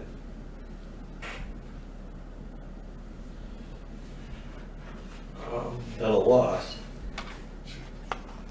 I was thinking if a road, it's just painting stripes, I believe, and putting up a light. So, To make that the crosswalk, yeah. well, there's gonna be electrical involved. Right. I'm just wondering if our road agent can get involved in this somehow. Well, we had a plan that was presented to us and approved, I believe, from Matt Young, which lays everything out, and it looked, you know, done right. So measuring from a certain point or whatever, would play, all that should be pretty much clear, but, did we have him reach out? Is that, I I don't mean, know. you can't do it, I don't know, I have to visit the plan, but I don't know. I don't know that we can that we could just paint a crosswalk without having a light. Yeah. think as the there's state- There's signage as well. Right, the state's got their ideas of how they should be. Kimmy, what happened to the company that you mentioned months ago that did this type of work, who was interested in giving us an estimate? Didn't you throw out a name of the company? No, Matt Young had someone, Right, he mentioned somebody who Was it would do Matt? this. I don't Well, he's remember. the one No, I realized that. I thought it was you that knew of the company. No, You wanna see if you can get a hold of Matt, yeah? I can. During the day sometime, I mean, he's at work, Yeah, but, maybe ask him for the name of this company. and then we can go from there. I mean, we've put it out to bid, so there's no reason that we can't direct solicit people now. We have Right. satisfied the bid requirement. Right. Can try. who, and I would think Jim Beam would know somebody who could do that. We can ask him when he comes, for sure. I don't think Or it would before. be somebody that does highway construction. Yeah, possibility. Must be somebody out there. Because we're gonna have to draw power, obviously, you know, down from somewhere. And how we get it there is, I don't know yet, I haven't looked it over close enough. All right, let's try that. We'll go through Jim, we'll go through Matt. We've got this is an act, kind of a strange thing, but the bid recommendation for the vault fire protection system. Bob was gonna look that all over. Yes, of course, as you know, about a month ago, we received the bid. So my recommendation is that, and I'll make it a motion, that we hire Interstate Fire Protection for the amount of $48,721.69 to install our vault fire suppression system. I'll second for discussion. I'd rather have Interstate handle the electric. Oh, we can have them handle it, If, I mean, I don't want but to. it's gonna be above and beyond Yeah, what their bid price is. And we have electricians that work for us. We Local, yeah, we have local well, we have electricians. electricians that we have work for us, but I don't want to get into a situation where, oh, the system doesn't work right, it must have been your electrician. I want them to own the project 100%, that's all I'm saying. So, Okay. and you guys can decide otherwise if you want. It's gonna cost us more, Well, how's it gonna cost us any more than if we had? because if they manage the electrician, they're gonna they're gonna manage it with their electrician at their price, and they're gonna tack on a margin for handling it. Then they should have done that on their bid. It was in the RFP, was it not? You're gonna make me look at the RFP, and I don't have the RFP in front of me. Okay. But either way, I'm putting it out on the table right now that we're gonna be hiring the final connection to the alarm system and the final connection to the electrical panel. We're gonna have to pay for that above and beyond this, either way. Motion was made and seconded. And Discussion, discuss? Yeah, and discussion on that. All right. All those in favor of authorizing Interstate Fire Protection to install our fire suppression system with the caveat that we provide the electric and security connections, say aye. Aye. Aye. Opposed? Aye.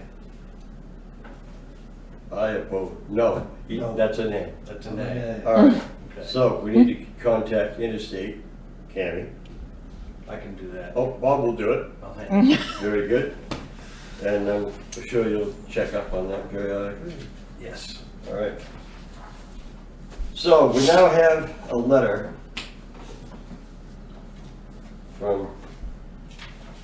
to the Board of Selectmen from Mr. Mayor. This is odd to me, I'm not sure about this. John R. Mayor, and he's, Excuse me.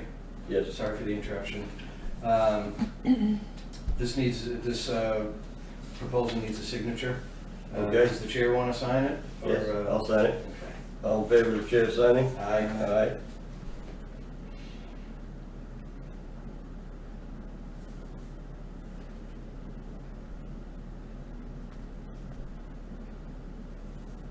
Nope, I did it backward, but it'll be all right. Thank you. Okay, Sorry for the interruption. this is an email to us regarding Charter Communications response to audit questions, RE cable franchise renewal agreement. This is from, the attorney. Well, I don't have what I want to see. DH or, Yeah, right, actually, this is part of it. We get one from Donahue, Tucker, and Chandela, right, from Brianna Matsuko, DTC, right. and then we get one from Charter Communications, which is sent to Catherine Miller of Donahue, whatever they are, DTC, all about verifying all the information we gave them previously. And it says there's been no contact person available to carry this out. That is to require Charter to make accessible to the town the shared Moltenboro PEG channel, whatever a PEG is, because I don't know that, and How about, something. It speaks of us in the past of both of these letters of carrying our videos to Conway to have them put up, which we no longer do. right, I'm not sure exactly what information more they need from us. You may want to look at that very closely because it is total legalese to me. yeah, I looked at it online.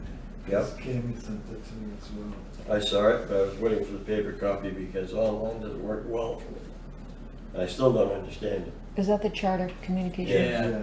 Same, I read it, but I'm not sure what they want. I'm not sure what they want. Exactly.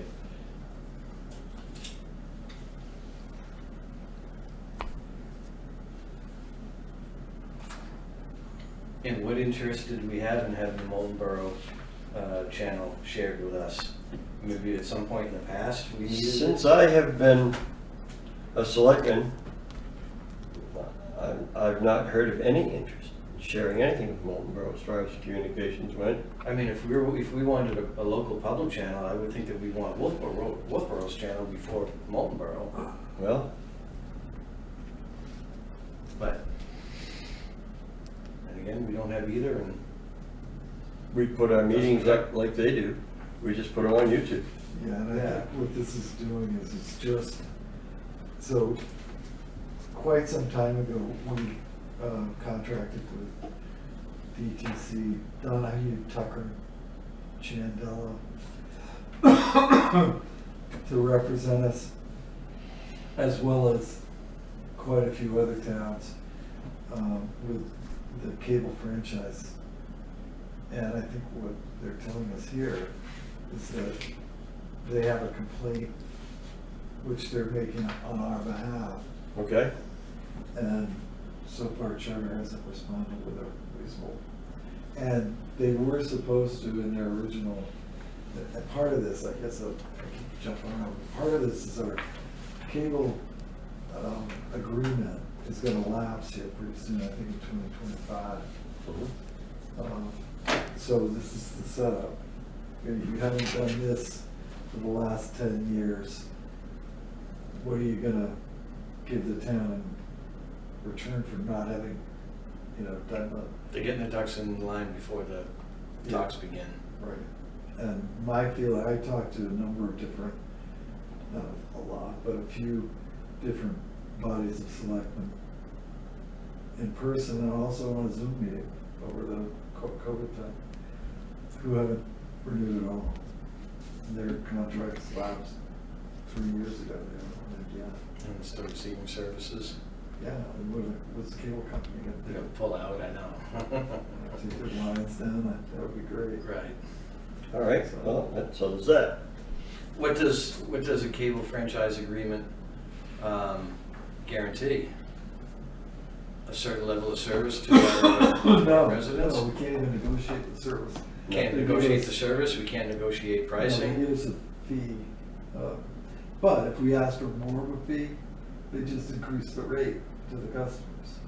So we're just taxing our residents more money so that we can have more fee from the cable company. And it's all legislative, there's nothing we can do about it. We can't ask for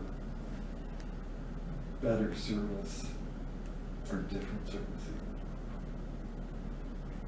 Okay, well, that's gonna be interesting when the time comes around. Yeah. Well, that's one of the reasons why we've all been pushing broadband, because maybe we can just make a computer thing and hook it up to our television, get rid of cable altogether. Right, make it a la carte. If they want Spectrum minutes in town, great, they can have it. If not, well, it's kind of the way it is now. Nobody has to get Spectrum. No, and Spectrum isn't gonna come and pull the wires down. No. We discussed that enough? Yep. Good. Next, we have a letter from Alba Architects addressing several different questions and their responses.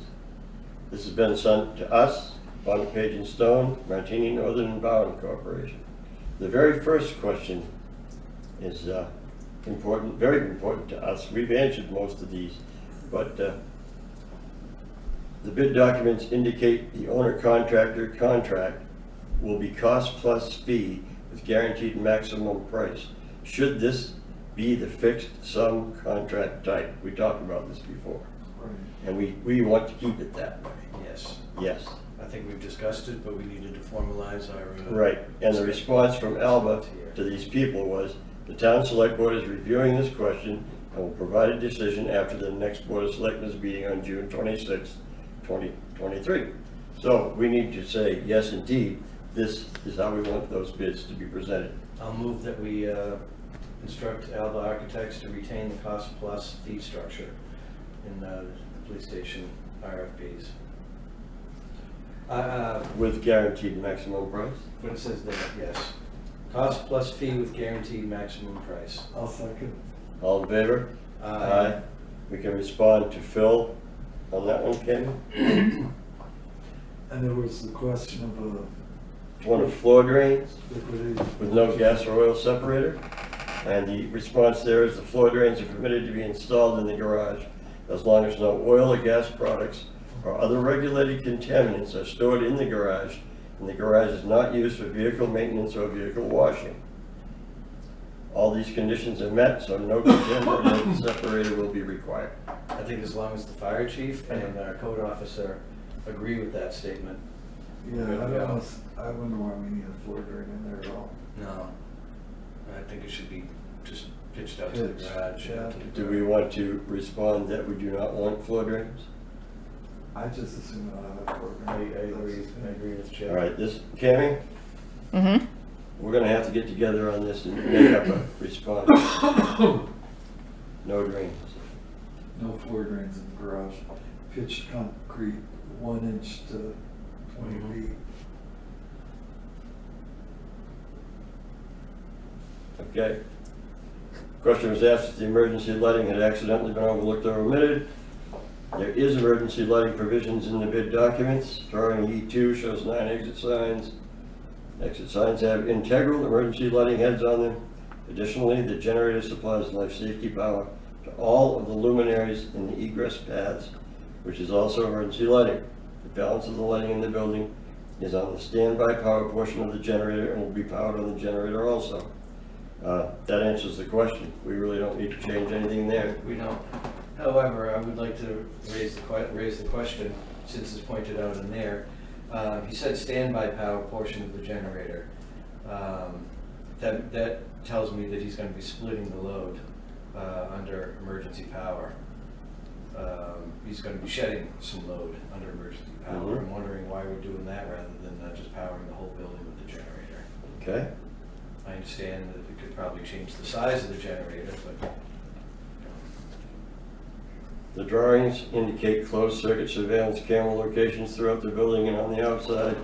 Is there any additional information available for the system in its entirety? There are building-wide closed circuit surveillance cameras to the interior and exterior. Locations are shown on the plans and the minimum required. System should be designed to cover all circulation areas, all areas of suspect processing.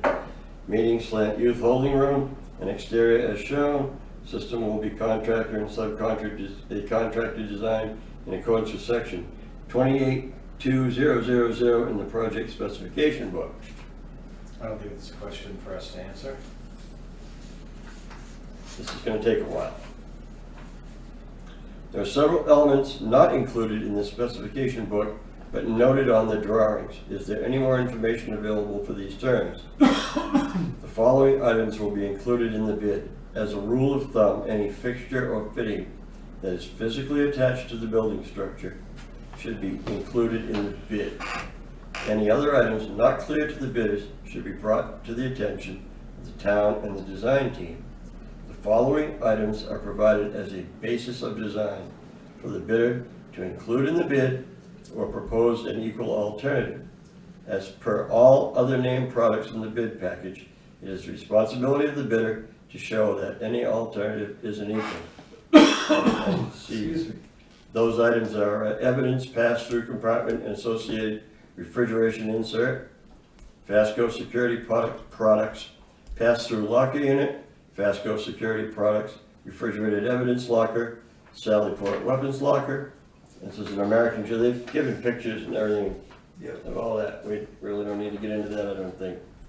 Drawings indicating the Phase 2 layout addition is not included in the bid package, and bidders will require to provide any infrastructure, and will bidders be required to provide any infrastructure for this area within the Phase 1 project. It says see attached Phase 1/2 complete project plan attached, and we talked about that. Yes, there will be some things that will have to be provided so that things like mechanicals and electricals can be phased into Phase 2 as well, so there has to be Right, and any hookups. Again, I'm thinking this question has been answered over and over again.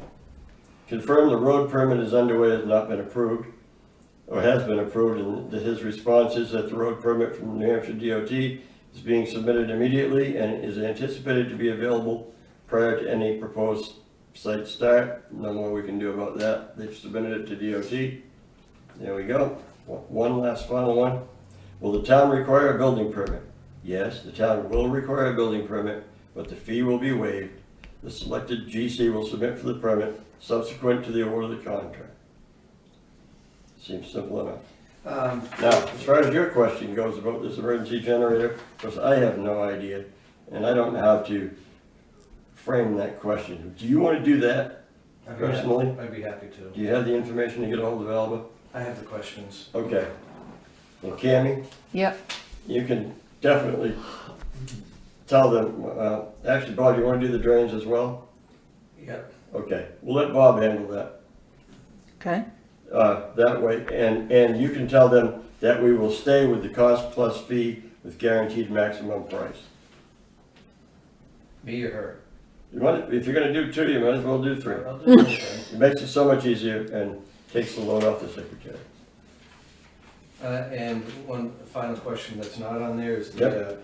the liquidated damages. Liquidated damages. That's in our administrative secretary updates, and that was my next. We need to decide and formalize a decision on the liquidated damages clause. So we gotta tell them what we think is a number, a daily number, I presume, weekly number. We talked about daily numbers and what's acceptable to both parties. We didn't throw a lot of numbers out.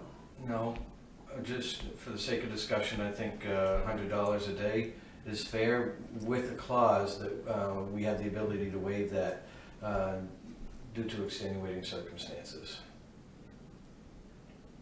Or just we have the ability to waive it. I mean, I don't think we want to condition our waivers. Okay. So Whatever language you think is appropriate. yeah, I think $100 a day, I suppose, is a reasonable number. And they can petition to have the selectmen waive the part or all of that. All right, well, once again, you're gonna be talking with Alba, and that's part of the contract award. You wanna do that as well? I'll make that a motion. Second. All in favor? Aye. Okay, so now- Right. And we can approach that in any number of ways. I mean, rather than take payments, we can take it off the bill, however we wanna do it, but. Yeah, Yeah. but it's, Is the motion for Bob to talk to Alba? no, the motion was for a fee structure for Liquidated damages. Okay. $100 a day. $100 a day with the ability to petition the selectmen to waive that fee, part or all of that Right. fee. Okay, that's our secretary's updates. We have another action item, so to speak, from Mike Carlton. Dear sirs, based on our conversation from June 5th, we're interested at this time in offering the town of Tufton Borough the back 15 plus or minus acres of our property on Mountain Road, next to Sergeant's Crossing. We're currently in discussion with a contractor who wants to purchase the pit and will give you, the town, first refusal on the 15 plus or minus mentioned portion of this land. We are asking $65,000 and are prepared to give you 60 days to come to a decision. So we've had a discussion with So Mike. Okay, he's not selling the whole pit for 65,000. No, he's offering us the 15 plus or minus And- back piece of it that we Right. talked about Okay. for 65,000. And is it Mike offering us that deal or the buyer? It says Mike Carlton, so I'm presuming, you're welcome to read it. It looks like Mike Carlton's offering us that property for $65,000. It's $4,300 an acre. 43.33 an acre. All right, we got 60 days to act. Right. Let's not forget to act one way or the other within 60 days. Right. Well, I think we need to throw that at the Conservation Commission, Right, we should have them in. see if that fits in any of their plans. Right.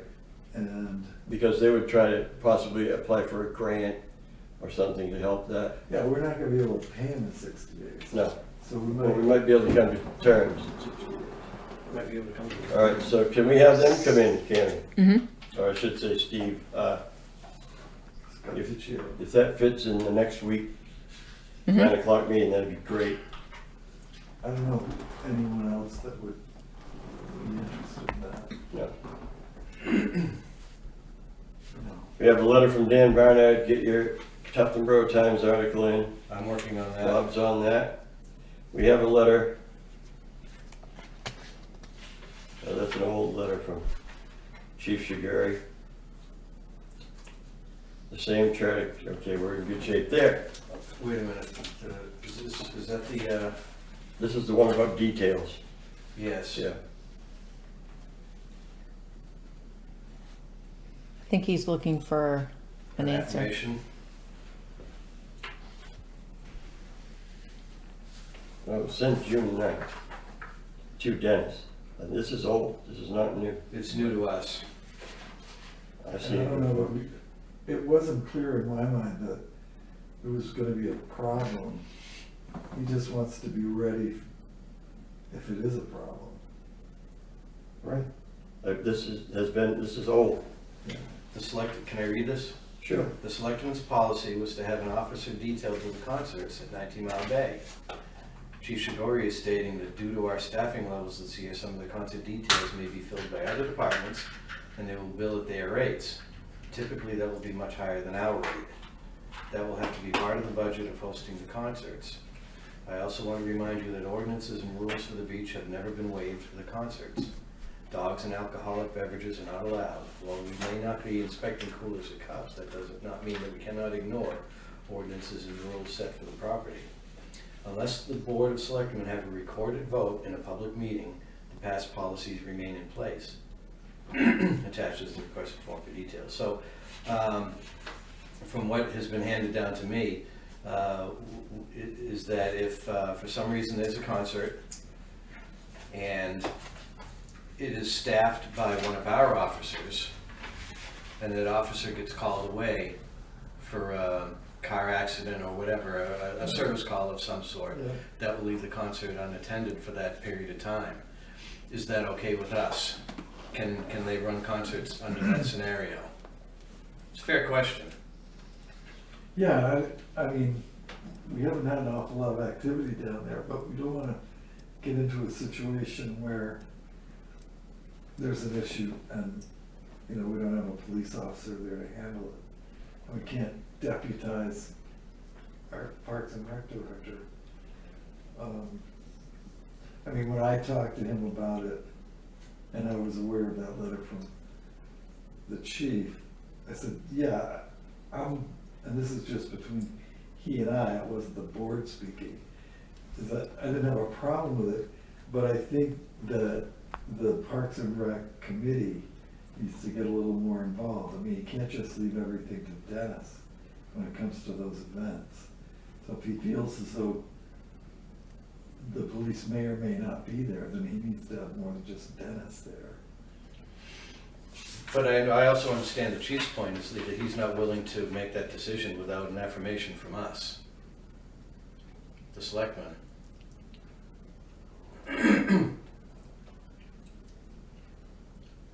We haven't changed anything. No. Yeah, we haven't changed anything. So And I'm not prepared to let the chief off the hook on being at those concerts if the time is available. Right. So the hypothetical situation that they're proposing is one of our officers is there at the concert. God forbid there's an auto accident a couple miles down the road and he gets called away for this auto accident. We are now left without an officer at the concert. Right. Is that okay with us or is it not? Simple, it's yes or no. If it's not okay, then Dennis has to figure out what to do in preparation. That means that Dennis is essentially going to have to hire an officer for every single concert because he won't be able to depend on our officers to Well, that's the to do it. slippery slope, isn't it? Right.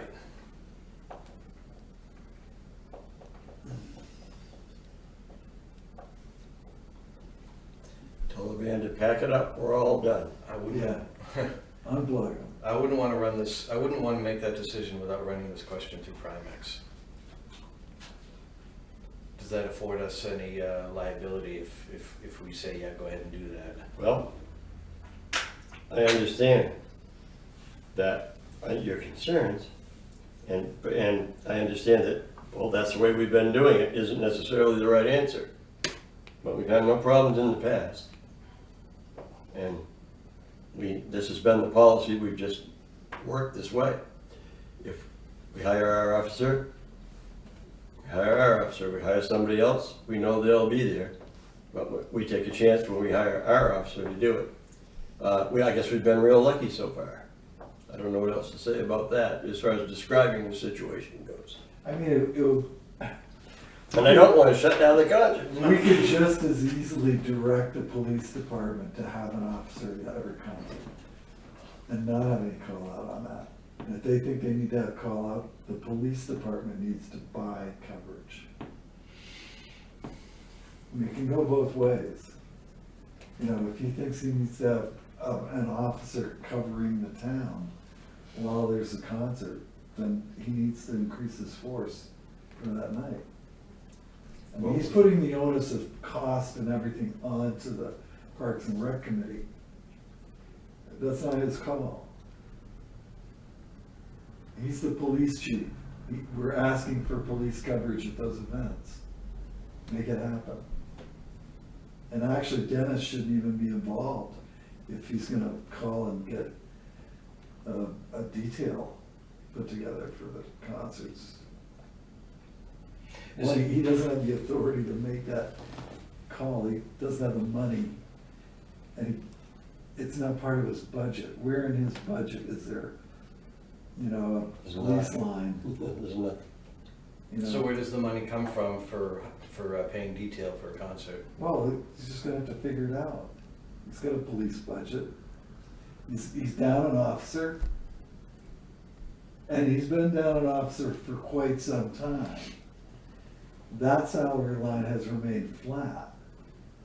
Nothing's been spent out of that salary Right. line. I mean, he can afford the details, I think. I haven't looked at his budget currently, but I'm pretty sure he can. Because he hasn't had anybody that's looking to fill that spot before the end of summer, at the earliest. No, well, then, all right, then I see your point. Would it be fair enough to ask the police chief to have a conversation about this? Make sure that everybody's on the same page? However the chairman Make sure, would like to handle it. make sure that the expectations are When's he do again? understood. Monday. A week from today, Mm-hmm. the 3rd. When do the concerts start? I think the first one starts the 6th. There you go. That's plenty of We time. will then make a note, Cammy, please, that we speak to him while he's here and describe the situation and discuss his budget for the police officer that we don't have and how we can use that money. Yeah, and it's, I mean, to throw the cost on Dennis, I think is grossly unfair. No, it's not, he's not in the police business, Okay. and I don't want him to be. in All the right, police so business. that I have a problem, and I guess I'll bring that up on our reports. Selectmen's updates. All right, so we're going into correspondence. First off, we have a hearing notice that John and Melanie Ratcliffe will have a hearing to discuss the town's rejection of their abatement request on Tuesday, December 12th, 2023 at 9 a.m. in Concord at the Pleasant Street location in Johnson Hall. They are appealing our deny of their request for an abatement. I should say a further abatement, because we did not grant a further abatement. What we did do was grant an extension of the abatement that they already had, which should have been rescinded once the original problem was resolved. So we're expected to be there. No, we're not. Well, someone is. Our assessor's gonna be there. Right. Attendance is required, etc. But when I say we, the town will be there. So that's going to happen on December 23rd. December? Oh, please, I may have misread it. Wow, They're busy. I guess Yeah, so. Imagine that. I wasn't questioning your No, I could have misread it. reading skills. No. That was more of a statement of exasperation than anything. Okay, we have a letter. People are very excited. They're going to award Steve Wingate the Morton Award for exemplary lake stewardship. Everybody's pleased that that happened, and they'd like to work with our community to identify a time and location where this award could be presented to Steve later this summer. And I think that should be passed on to the Conservation Commission.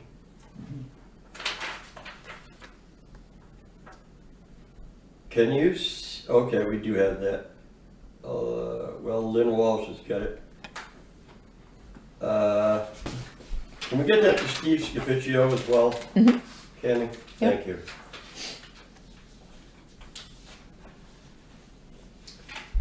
Next letter is discussing from Phil Bennett at Alba Architects. All the information that we just went over. We have a letter from Primex describing our property and liability coverage updates. I don't know if you want to read that or not this time. It's available for us. New Hampshire Historical Resources has sent us a letter. They're pleased to inform us that the Ball Peak Colony Club in Moultonborough and Tuftonborough, New Hampshire, including properties listed in an attachment, will soon be considered by the New Hampshire State Historical Resources Council for nomination to the National Register of Historical Places. It's very exciting. It goes on to talk more and more about what the National Register is, etc. There is a list. Most of us that have been here a while realize that not much of Ball Peak Colony Club is in Tuftonborough, but there is a little bit. So, how nice for them. They'll be historical. The New Hampshire Local Welfare Administrators Association thanks us for our continued commitment to meet our legal and humanitarian obligations, and also for increasingly being an inside influential voice of social services within our city and town halls. And there's been an update to clarify our residency and municipalities of origin for municipal welfare purposes. I could go on. I'm thinking that our welfare representative on the Selectmen's Board might want to read that in more detail. Yeah, I'll hand that to him for a later review. thank you. Memo from Chief Shiguri from the 14th of June. Today we had 2 applicants scheduled for the PT test. They had previously confirmed that they would be there. No one showed up. One did email just before to say he had a work conflict. This is the second time this applicant has failed to show up. I'll be contacting the second one to see what happened. We have one other possible applicant who just applied. He'd be available in July for a PT test. We'll try to schedule earlier than that. It's been difficult to recruit and retain police throughout the state. Unemployment rate in May was 1.9%, record low rate. He goes on to add, it's going to be difficult to fill our positions because our benefit package is not competitive when compared to many other police departments. Really? Most offer employer-paid disability and life insurance. We do not. Our starting pay is lower than other departments. State of New Hampshire budget included a 12% salary increase across the board for all employees. This is separate from steps and longevity. We do not offer hiring or retention bonuses, etc., etc., etc. Ad infinitum. Mostly what we already know. So, doesn't look like we're going to get a new police officer anytime soon. We have a press release from the Tuftonborough Police Department concerning the fatal accident that Chief Thompson mentioned. Causes under investigation. Can I see that? You may. Mitchell Municipal Group, our town's attorneys, pleased to announce that they have a new administrative person on board. Marissa Morissette joined us within the past month. She'll be the one greeting you when you call or visit. And our billings this month have a new look, which comes with our new software. While the format is different, they contain the same explanatory information as before, and let them know if we have questions. We have a copy of the latest Planning Board Rules of Procedure, which they adopted. And,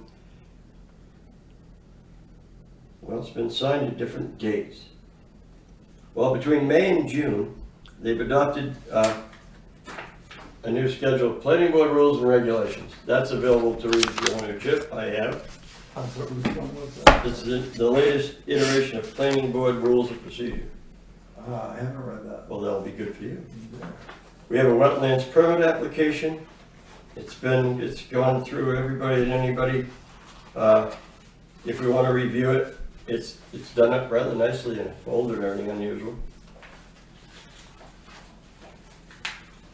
And that covers correspondence. Now we're on to Selectmen's updates. Oh.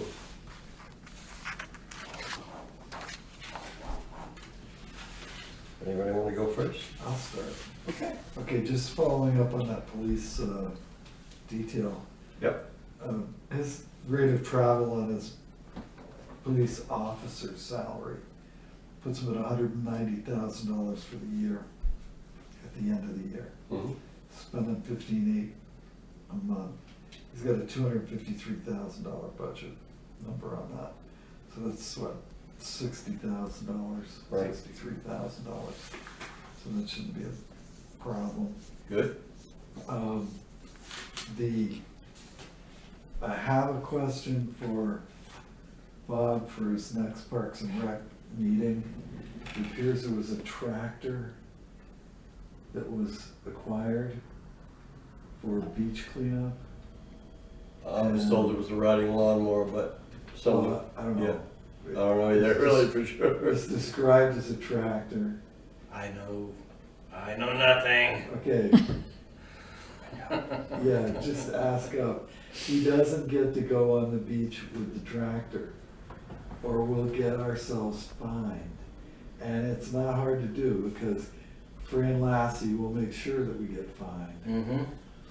He doesn't get to buy equipment or have donated equipment without us accepting it. That's just how it works. I mean, whose tractor is it? And I don't know. Where So did we it come from? kinda gotta find that out. Okay. I had a complaint from a citizen, and I don't know if you guys have seen it. I talked to the police chief about it, but there are people wandering the community taking pictures, and I guess what it is, it's the co-op has contracted with a company to do a survey of the line heights and space on poles. I'm well aware of it. But the problem that we have with the people who have come here is that they don't have any identification on them, on their vests. The car they're driving says New Hampshire Broadband on it, which is technically the name of the subset at New Hampshire Electric Co-op, but they haven't informed the public about New Hampshire Broadband. I mean, there hasn't been a publication on it. They didn't ask us to, I mean, generally when there's a survey going on out there in the world, in our little town, we get to know about it and then let our citizens know about it.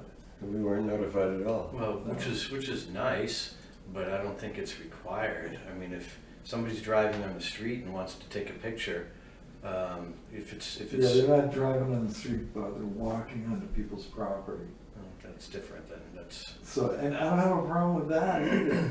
It's just there's a certain protocol, you know, this is the complaint that I heard.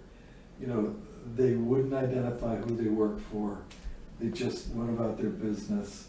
There was no way of telling who they were working for or whatever, and the people felt sort of invaded. well, doesn't the co-op have a right to go on property for line maintenance, They have a right meter to reading, They have a right to examining stay their on the right lines? of way and do Yeah. that. The connection to the house, they probably have that right of way as well. But are you gonna stand on the law that says they have the right by having a right of way? No, but where do we come in? We come in by being able to notify our citizens, and hopefully that's what we're doing currently. That there are gonna be people wandering the neighborhood measuring lines for the broadband that's supposed to be coming in 2024. I think that's a courtesy from us, but I don't think that's an obligation from us. I think It it's an becomes obligation. an obligation when the other party doesn't exercise the courtesy.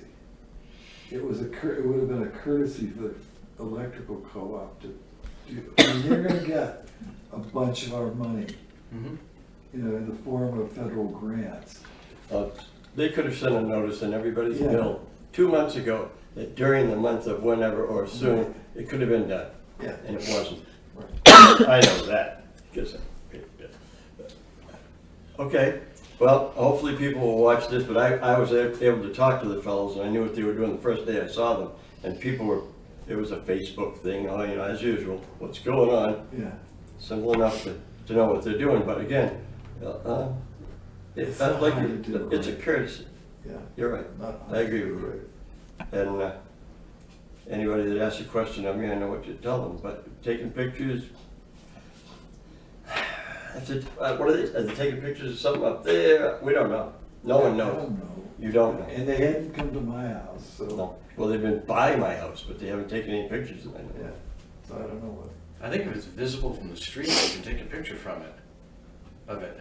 You know, it's not like they're taking pictures inside somebody's bedroom window or anything. That's not the point, Bob. You can do anything you want. The issue in my mind is that they're putting themselves in danger. Oh, I agree. I'm not buying in that it's our responsibility to notify people. I think it's between the public and the power company, whoever's doing the work. That's all. Okay. Public perception is a very interesting aspect of the job. Anything more, Chip? No, I'm good. You'll come back with something. I'm sure I will. Bob, anything from you? Nothing We here. got a morning meeting next week, so I'll have plenty. Maybe you're right. Yes. Okay, I attended the CIP meeting when they had it as an interesting thing, but it turns out I turned out to be the selectmen's representative that night because the selectmen's representative, and they thought it was Bob, and I thought you two were going to go together. And who's the selectmen's representative to CIP? I know, I think we just It was blew it off. both of us. Yeah, I think thought we you blew were it both off. going to go. But I didn't blow it off. I was sick. I was up with COVID. Let's blow it off. Yeah, I had COVID too. Okay. Sorry, I missed the meeting. I was out with COVID. I took the heat. There's another meeting Yes. I know coming it. up, When? 25th Yeah, of July. of July. But I took the heat for us anyway, and that was pretty easy to do, kind of. Now, I've forgotten what I was. How goes it? Just awful. All right.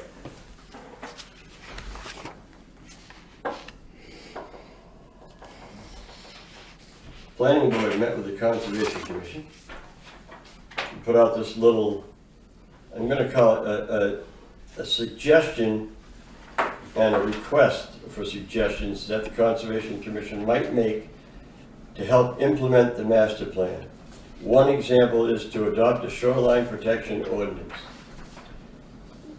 And they comment that many towns use the state law, okay? But what that does, or accept the state law, but if we don't actually accept the state law or portions of it and make it our ordinance, we have no enforcement control. And of course, many of these things, if we were to do it strictly by the state, would overload the codes officer. And the Conservation Commission is very well aware of all this, so they're gonna, if you wanna check this out, I'll be glad to give it to you, but it's ideas of what could they come up with that might fit, help, and get the master plan implemented in a better way. You didn't read that yet, did you? I did not read it, and I wasn't at the last planning board meeting because I was out with COVID. But I'm aware of the discussion. Yep. And what they want to do is present or have the discussion about presenting a limited Right. town shoreline protection ordinance And that's just one of the things that they're talking about. based on the master plan. Yeah. Not, Another one is not just, adopting the entire one from the state. right, just something that would be very, Jack sees Well, it things. doesn't matter whether we adopt the state ordinance or not, Right. that's the law of the land. Mhm. Yes, the problem is that the state doesn't have the enforcement capabilities. They're not enforcing it. Okay. And what happens, and I spoke to Jack about it, sometimes he'll see something that's definitely in violation, he'll say to the contractor, you know, that's that, but he can't say stop, okay? So they go ahead and do what they want to do, as far as that part of it goes. And what the planning board would like to see is us pick something out of there, just have our own town ordinance that could be enforced by the codes officer. And it doesn't necessarily have to be something that's gonna put such a workload on him that, you know, it's just impossible to do. But if he does see a certain item that's super critical, he could say, you can't do that, or whatever it is. And then there's this steep slope ordinance that we have, but it can be modified, there's a bunch of things here. You have it, take it, look at it at your leisure, it's fine. And it's interesting, but it's all to help implement the master plan in a more effective way. Well, as far as the shoreline protection goes, I'm in favor of having some, police powers, but I'm not in favor of downshifting the expense to the town. No, that's why taking a, It's an unfunded mandate. by taking some, well, we're not gonna, that's not a mandate, it's just, Well, if you have no protection. it's a there's no request law. by the planning board to see if the conservation Right. commission has anything to say. But again, there's some simple things, we don't want him out there counting trees and bushes, that's, but if he sees a major violation, and the conservation commission, they didn't say they needed it tomorrow. They're gonna be talked about piece by piece, they're gonna look it up, we're gonna look at the Shoreline Protection Act. What can Jack do that he can just see and say without having to get carried away while he's down there, and easy stuff. It'll give him some enforcement Just it's- abilities. That's Which their he doesn't have request. now. Bob knows exactly what I'm talking about. Yeah. I'm not asking for super, but maybe there's something that can be tuned up a little bit in all those different categories and then become an ordinance. Great. Yeah. And it's gonna go through the planning board, it's gonna go through the conservation commission, ultimately go before the voter, yada, yada. Yeah, and then, And we did discuss That too. that the clarity of an ordinance when it's put on the ballot is super important because we had one not long ago that nobody could figure out. yeah. So this has to be pretty well worded and so that everyone in the general public understands what it is, not the lawyers, the realtors, but everyone. So that was good. But all the wetland permits go through the state. Yes, they do. They come to They come to us, or they come to No. us and then they go to the come to us first through the town clerk. Yeah. She forwards them to the Conservation Commission, through the secretary when they have one, through the chairman when they don't. When possible, one of the Conservation Commission members goes down and looks it over with the plan in hand to see that, oh, this is what they want to do, and we have objections, or we don't, or suggestions, which can or maybe not be taken into consideration by the state. But if we see something, I say, wait, the town conservation is really drastic and wrong, they would say, oh, wow, we better check into that kind of thing. So they're run through when possible. Like, for example, sometimes it's impossible to get to an island. The ice is almost gone, you just can't go. Generally speaking, one of the Conservation Commission members will go and look over the proposal. So that's the point in time when obvious violations of the Shoreline Protection Act. Well, if the project hasn't been done yet, it's really hard to know. But you have a plan. Yes, and the plan is fine, it's not following the plan, is where we have the problem. Right. Yes.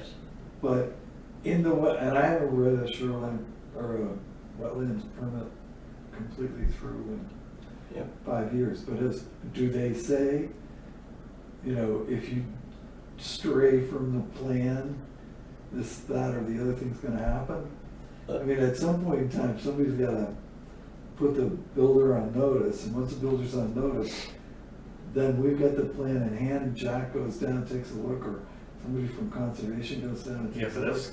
that's where I think that's where the problem is We have no enforcement. once they have the permit to go, and there's nobody following up. But But we don't wanna be agents for the state. That's what you're making? No, No, by adopting our own ordinance, by picking and choosing what we want to enforce, we'll be able to pick and choose what we want to enforce Then as a town. Tell Judd Bradley that, who created the Shoreline Protection Act. What was his purpose? Get him to fund more, I don't know, to do whatever he needs I to mean, do with the state to I don't know why we he's following up have the with. Shoreline Protection Act. I don't either. If we have to create our own. I don't either. But the fact is, it's not being enforced, people are getting away with things, so I've heard. And if we want the ability to enforce that, if the townspeople want us to be able to enforce that, then we need to have our own ordinance, and That's why it goes on the And- ballot, and and- the townspeople get to vote. we enforce what we want to locally. But again, this is just the initial request that the Conservation Commission will look at this stuff. Simple enough. Now, and I mean, as far as ordinances and like Lakes Region Planning Commission, it's pretty obvious. The plan was to jam as many places along the shore of the lake as possible, all right? Long before there was a Lakes Region Planning Commission. It's too late. That's my opinion, and there's no trace of humbleness in it. All right. Any other business we'd like to discuss? Chip, did you think of anything else out there? I did, and I completely forgot it. I would entertain a Oh, motion. I did, oh, I'm sorry. Oh. One last thing. There's a proposed joint CIP and budget committee meeting planned for the 25th of July. We need that noticed, and we need the members of those two committees notified that there's going to be a meeting. I thought he said he wasn't sure where it was gonna be yet. He's trying to get it at the library. Yes. Okay, so once he figures out where it's gonna be, then we can notice it. And that's on the 25th of July. Right, So we do have a few weeks, yeah, yeah. but we don't want to let it fall through the cracks. Right. Definitely. And we don't have a secretary for budget committee, so. Well, the CIP does their own. Right, There's but no- they don't do noticing though. I don't No, believe. no, we can notice it, but Okay. yeah, that'd be fine. Yeah, I know, this is all, again, the planning board coming in for the Conservation Commission, Budget Committee going to CIP. This is all part of the overall scheme to try to get the departments and commissions and things working together, see if we can't do a better job of getting things accomplished. So I'm in favor of it, and I will attend. Yeah, I'll be there too. Well, I think we should all go. CIP Budget Committee, Yeah, I'm absolutely. gonna have to now. You shamed me into it. Shame, all the years. That's my You way. just forgot. That's my way. I will now entertain a motion to adjourn the You meeting. can't. Well, wait. Oh, no. We can't, Yeah. oh, excuse me. I I would make a entertain a motion motion to go To non-public go into, so moved. for Personnel. personnel. Pike, aye? Murray, aye. I'll be, It's a